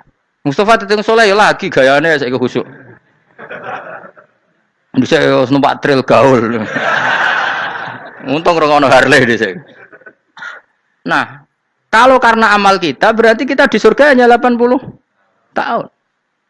Terus kata Allah, "Lah tapi kata jenengan surga selamanya lama. Yang selamanya lama itu fadl saya. Anugerah saya itu tanpa batas." Makanya kita tetap yakin kita seperti ini nanti di surga kabeh fadlih Allah. Seperti nas di sini apa? Alladzi ahallana darul muqamati min fadli. Bukan karena amal tapi apa? Min fadli. Bahwa amal kita itu ikut dipertimbangkan iya, tapi ya termasuk yang dipertimbangkan, bukan segala-galanya. Yang paling menjadi abadi di surga adalah fadlih Allah, karena fadl dan rahmatnya Allah itu yang tidak terbatas. Jelas gini ayatnya apa? Alladzi ahallana darul muqamati min fadli.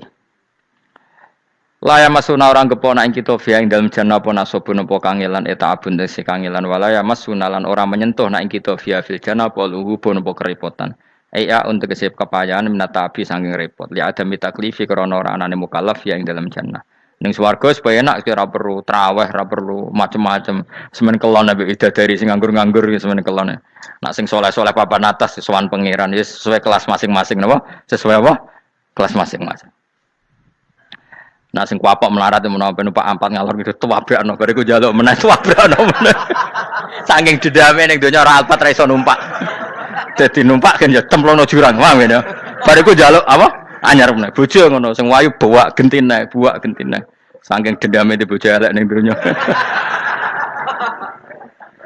Serapopo gak masalah ini swarga aman apa? Wa dzikrusani uta nyebut sing kedua atabi'i kang anut lil awali maring sing awal kuwi tasri karo nyeplosno binafsi lan nafekno lugu. Maksudnya nasab manane repot, lugu yo manane repot kok diatafno berarti bener-bener ning akhirat iku yo ora ono repot, ora ono kangelan.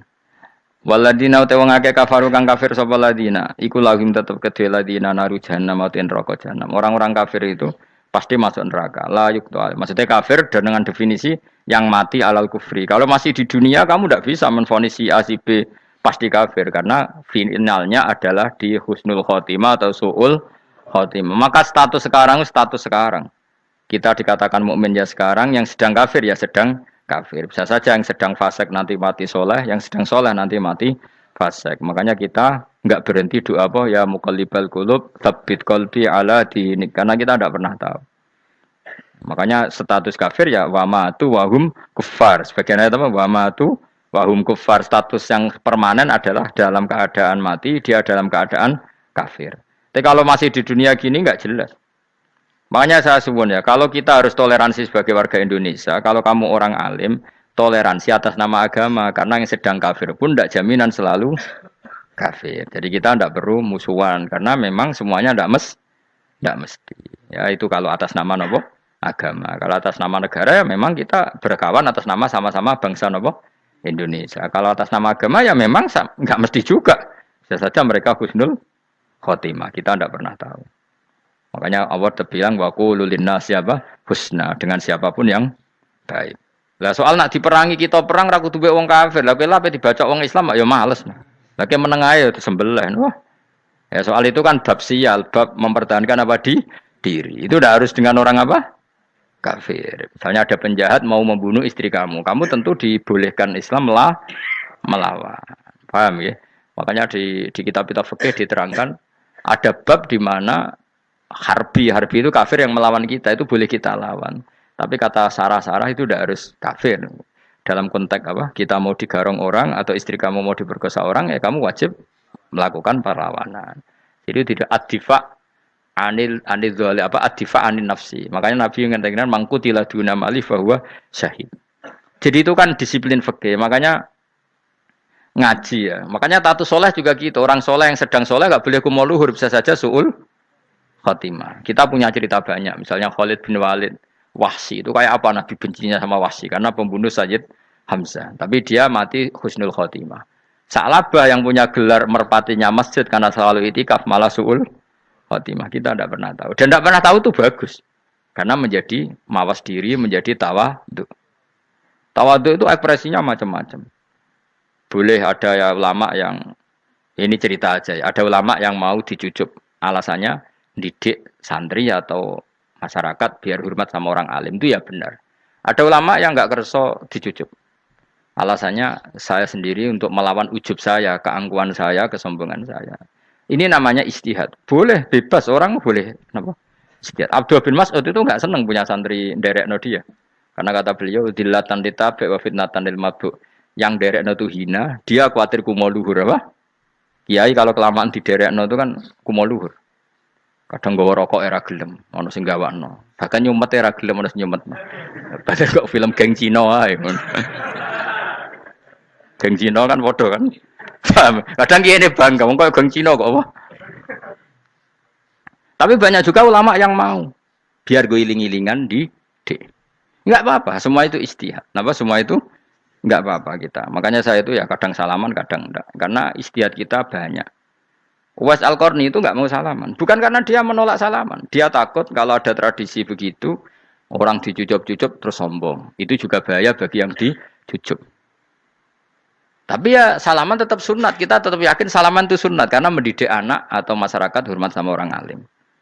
Tapi kalau itu terlalu masif, nanti orang yang abal-abal menjadi keangkuhan. Delok wong sakmenake nyucup aku kabeh, keren gak?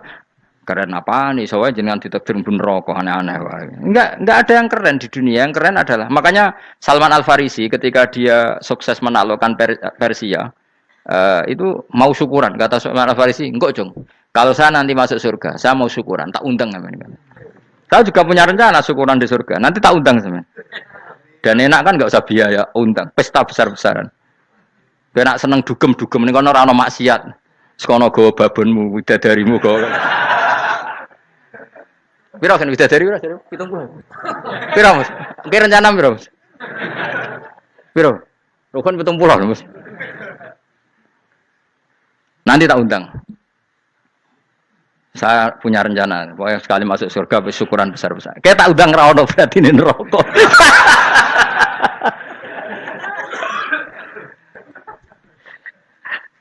Tapi nak ngundang aku ra ono beda kelas sembrono.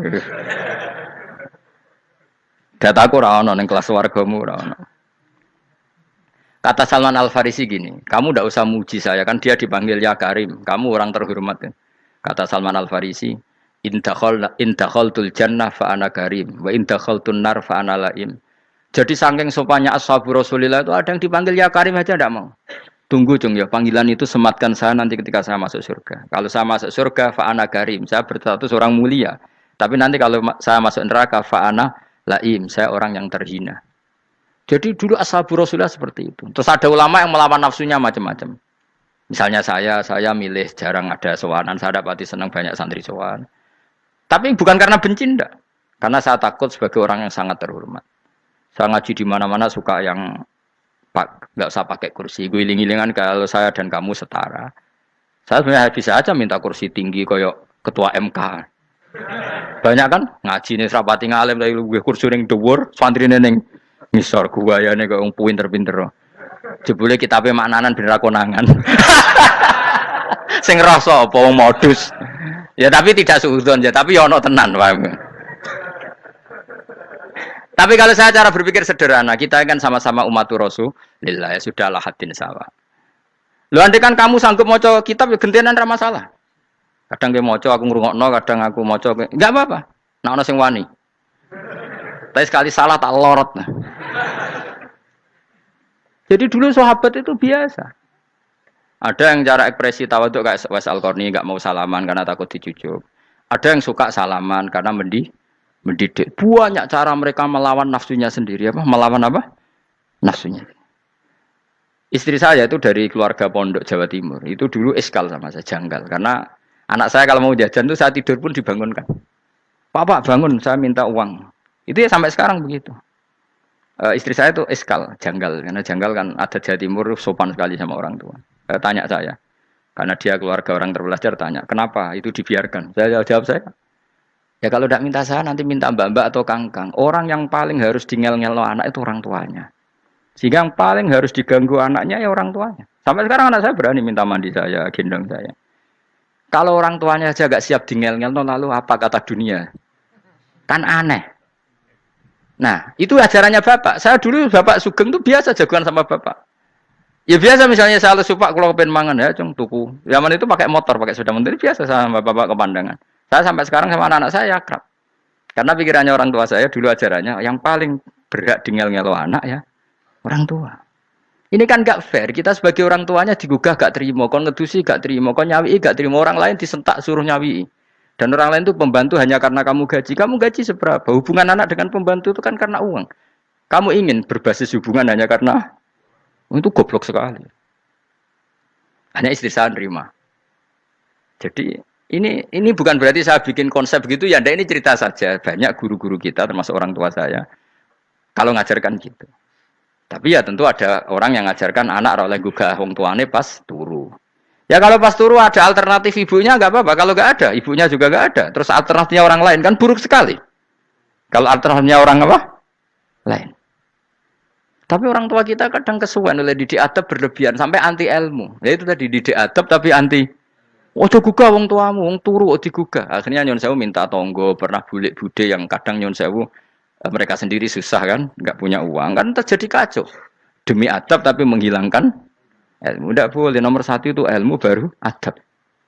Coba orang paling berat di ngel-ngelo anak harusnya siapa coba? Orang tua. Jadi mestinya pas ke turut juga ya santai wae. Ini sudah tepat. Nah kecuali ngelama, artinya ngelama itu sudah jajan minta lagi lah itu kan ada ukurannya. Tentu ada apa? Ukurannya. Tapi kalau fi awali marroh jajan hari pertama di hari itu memang jajan pertama kan nggak dolim. Kecuali minta yang ketiga keempat lah itu baru mungkin salah. Akhirnya istri saya nerima konsep ala saya ya sekarang ya menerima. Sampai sekarang saya biasa misalnya habis ngajar dari Sarang atau ngajar dari Kudus baru datang anak saya rewel minta jalan-jalan ya saya turutin. Karena menurut saya yang paling harus kangelan demi anak adalah orang tuanya, bukan orang lain. Padahal saya punya santri loh. Kalau mau keren-kerenan saya punya semuanya. Tapi itu kan gak hukumnya Allah. Keren itu kan hukumnya manusia. Di santri terus dia ini berhak ngongkon. Itu kan hukumnya manusia. Hukumnya Allah ya gak ada. Hukumnya Allah ya wong tua, be anak-anak be wong tua. Hukum liyane gaweane manusia. Sing penting ku anfusakum wa ahlikum. Nah, ora ono santri kaum barang ora ono. Gaya-gayanane mubalek ini umat saya terus dihitungi. Ku apa-apaanan. Enggak ada dalam Quran yang ada ya ku anfusakum Waalaikumsalam. Jadi yang penting hubungan orang tua anak. Nah, baru orang lain itu wa ila adin akhahum huda. Ya itu yang kedua ketiga. Tapi ilmu ini sudah banyak yang hilang. Makanya banyak mubalek ngamuk anak. Bocah rasopan, aku nang jopo ning tinti wong wedi aku. Anakku dhewe rasopan. Lah bapak dhewe rasopan ya. Karena mendahulukan orang lain ngalahkan anak. Ketika anaknya rasopan dekne gremeng apa? Memangnya dia sopan cara hukumnya Allah dan Rasul. Ketika mendahulukan orang lain itu dalam status hukum Allah dan Rasul dia sudah tidak sopan. Ada dosen ngajar mahasiswanya dengan segala artikulasi terbaik, kemampuan bareng terangno anaknya sampai rasa-rasen. Ya gitulah baca sendiri di buku. Ya gitu. Karena di kampus dapat gaji, nampe anaknya rantuk gaji. Banyak orang mulang ngarepe wong akeh iso tenanan, mulang anaknya ra tenanan. Mereka nak mulang wong akeh diapresiasi, nak mulang anak kadang tinggal dolanan kadang. Nah, itu tidak benar, tidak seperti itu Islam mengajarkan. Islam mengajarkan nomor satu ku anfusakum wa ahlikum, jaga diri kamu dan keluarga kamu. Makanya Rasulullah itu ngajari sholat Hasan Husain diajarin sendiri cucunya, diajak ke masjid diajarin. Meskipun jadi beri hak-haknya sebagai seorang anak, numpaki Nabi ya dibiarkan, tapi diajari kebaikan diajarin sendiri. Sampai Sayyid Hasan umur 8 tahun sudah menjadi rawi hadis karena memang diajari sendiri oleh siapa Rasulullah. Kayak apa? Kalau sekarang enggak kiai cilik anak di pasrano cah dalem terus enggak mau tahu. Juga sidik itu pasrano pembantu. Barang anaknya akhlaknya kayak pembantu ngamuk. Memangnya yang bikin itu siapa? Yang memulai siapa? Nah, hukum-hukum begini itu harus kita mulai tegakkan. Ya kayak dipanggil ya Karim. Kita termuliakan tuh sampai berapa? Banyak kan dulu orang mobil aja dibukakan, boleh kecekel KPK. Pas mulia, masya Allah, buka mobil ya tahu. Ngerti-ngerti cekel KPK. Kayak sama. Neng dionya disusul-susul sebelum rokok kan rugi, bener. Makanya saya ngikuti mazhab Salman Al Farisi. Saya sudah niat syukuran besar-besaran tak jamin, tak undang teman. Tapi daripada saman konangan nggak di situ, mendingan enggak ya. Karena kalau ada undangan nanti kelihatan siapa yang di dalam dan siapa yang di luar. Nggak usah ya. Enggak usah. Nanti takutnya enggak ada di situ malah mari ngenes kula. Kecuali enggak ada di situ, malaikatnya enggak ada Gus di kelas jenengan, tapi mungkin di bawah ada. Alhamdulillah kalau gitu mau beda napa? Kelas. Tapi nak sing sitok ning swarga sitok neraka innalillahi wa inna ilaihi raji'un. Tapi semoga malaikatnya hanya jawab gitu. Enggak ada Gus, kalau di kelas ini enggak ada. Mungkin di bawahnya ada. Tapi nanti pengurusnya nggak mau, pengurus warga itu nggak bisa ini kalau beda kelas harus pakai visa karena lintas apa negara. Ya jelas ya. Jadi kata Salman Al Farisi gimana? Jangan panggil saya ya Karim sekarang. Kalau nanti saya masuk surga, fa'ana Karim. Wa in dakhaltun nar fa'ana Laim. Laim itu terhina.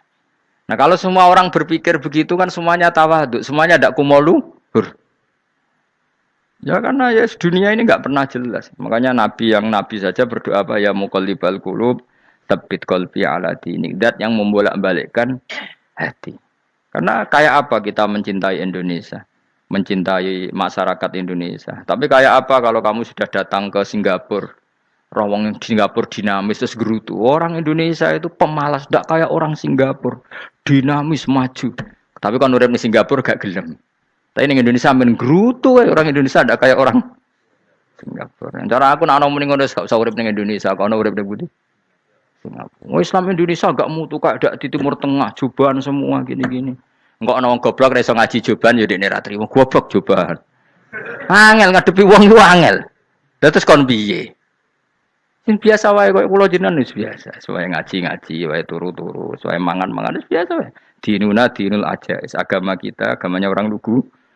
Yang penting hubungannya dengan Allah spesial bahwa kita yakin hidup kita namun bergantung kepada Allah Subhanahu wa taala dan kita selalu nyifati Allah nikmal maula wa ni'man nasir. Selagi Tuhannya Allah pasti kita ditolong. Apapun kondisi Indonesia, Tuhan kita tetap Allah, tetap ditolong. Kita pernah keluar dari penjajahan Belanda, tragedi PKI, ya apa saja problem kita pernah keluar karena Allah Tuhan kita, nikmal maula wa ni'man nasir. Sudah, iktimatnya sama Allah, jangan pada yang lain. Yang lainnya itu hanya aturan bernegara saja. Kita butuh presiden, butuh macam-macam. Itu aturan bernegara. Tapi kesejahteraan kita tetap Allah ni'mal maula. Karena kalau Allah yang enggak berkenan, Jawa dihilangkan les lewat ekuifaksi selesai. Atau meteor satu jatuh selesai. Makanya Allah selalu mensifati dirinya, saya yang memegang langit bumi, saya yang mengatur langit bumi. Beberapa benda langit enggak jatuh ke bumi karena saya, kata Allah. Inna wa yumsikus samawati wal ardo antazula wala inzalata in amsakahuma min ahadim mimba. Kalau sistem alam langit itu hancur, semuanya hancur. Tapi kita enggak. Kadang-kadang membayangkan dunia enggak hancur itu kalau kestabilan negara. Negara tak stabil, kalau alam enggak stabil mau apa? Semuanya enggak koruptor, semuanya adil. Tapi diguncang gempa tetap selesai. Diundang faksi tetap selesai. Makanya Allah selalu mengingatkan kita, aamintum manfis sama ayaksifa bikumul ardo faidahiyah tamu. Kenapa kamu merasa aman di bumi? Bumi ini setiap saat bisa likuifaksi, kata Allah. Karena bumi itu dzatis sodok, potensinya pecah. Tapi kalau kita ingat gitu kan akhirnya bergantung sama Allah. Sambil bernegara secara benar, bertetangga secara benar. Susahnya apa sih hidup benar? Wong hidup benar itu nikmat. Kalau mboten nate urip susah. Ngerti masalah sing pangeran Gusti niki wae jenengan ya sudah selesai. Jadi nak tahlilan ojo ngrameni tok, dijiwai nikmal maula. Nikmat itu sebaik-baiknya. Nikmat itu sebaik-baiknya. Artinya kita selagi punya Tuhan itu pasti nasib kita ya sebaik-baiknya.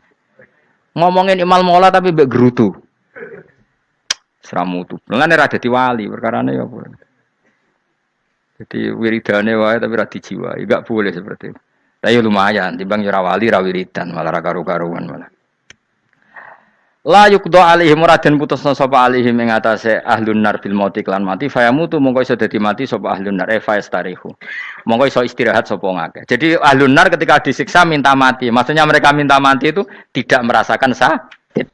Tapi nyatanya mereka sudah tidak bisa mati. Berarti disiksa terus terus wala khaffaf lan ora den ringan napa anhum saking ahlun nar min adzabia saking siksa sinar torfata ini ning sak kedape mri kadalika kaya mengkon-mengkon kabeh kama jasinahum tegese kaya oleh males ingsun wong akeh nadzi males ingsun kula kafurin ing saben-saben wong sing banget kafire banget ingkare ning Allah lan nikmat-nikmate Allah manane kafir bil ya iklan ya yadzi wa nunil lan nun al maftuhah kados kita tidak yadzi tapi napa nadzi nggih kadalika nadzi kula kafur. Assalamualaikum warahmatullahi wabarakatuh.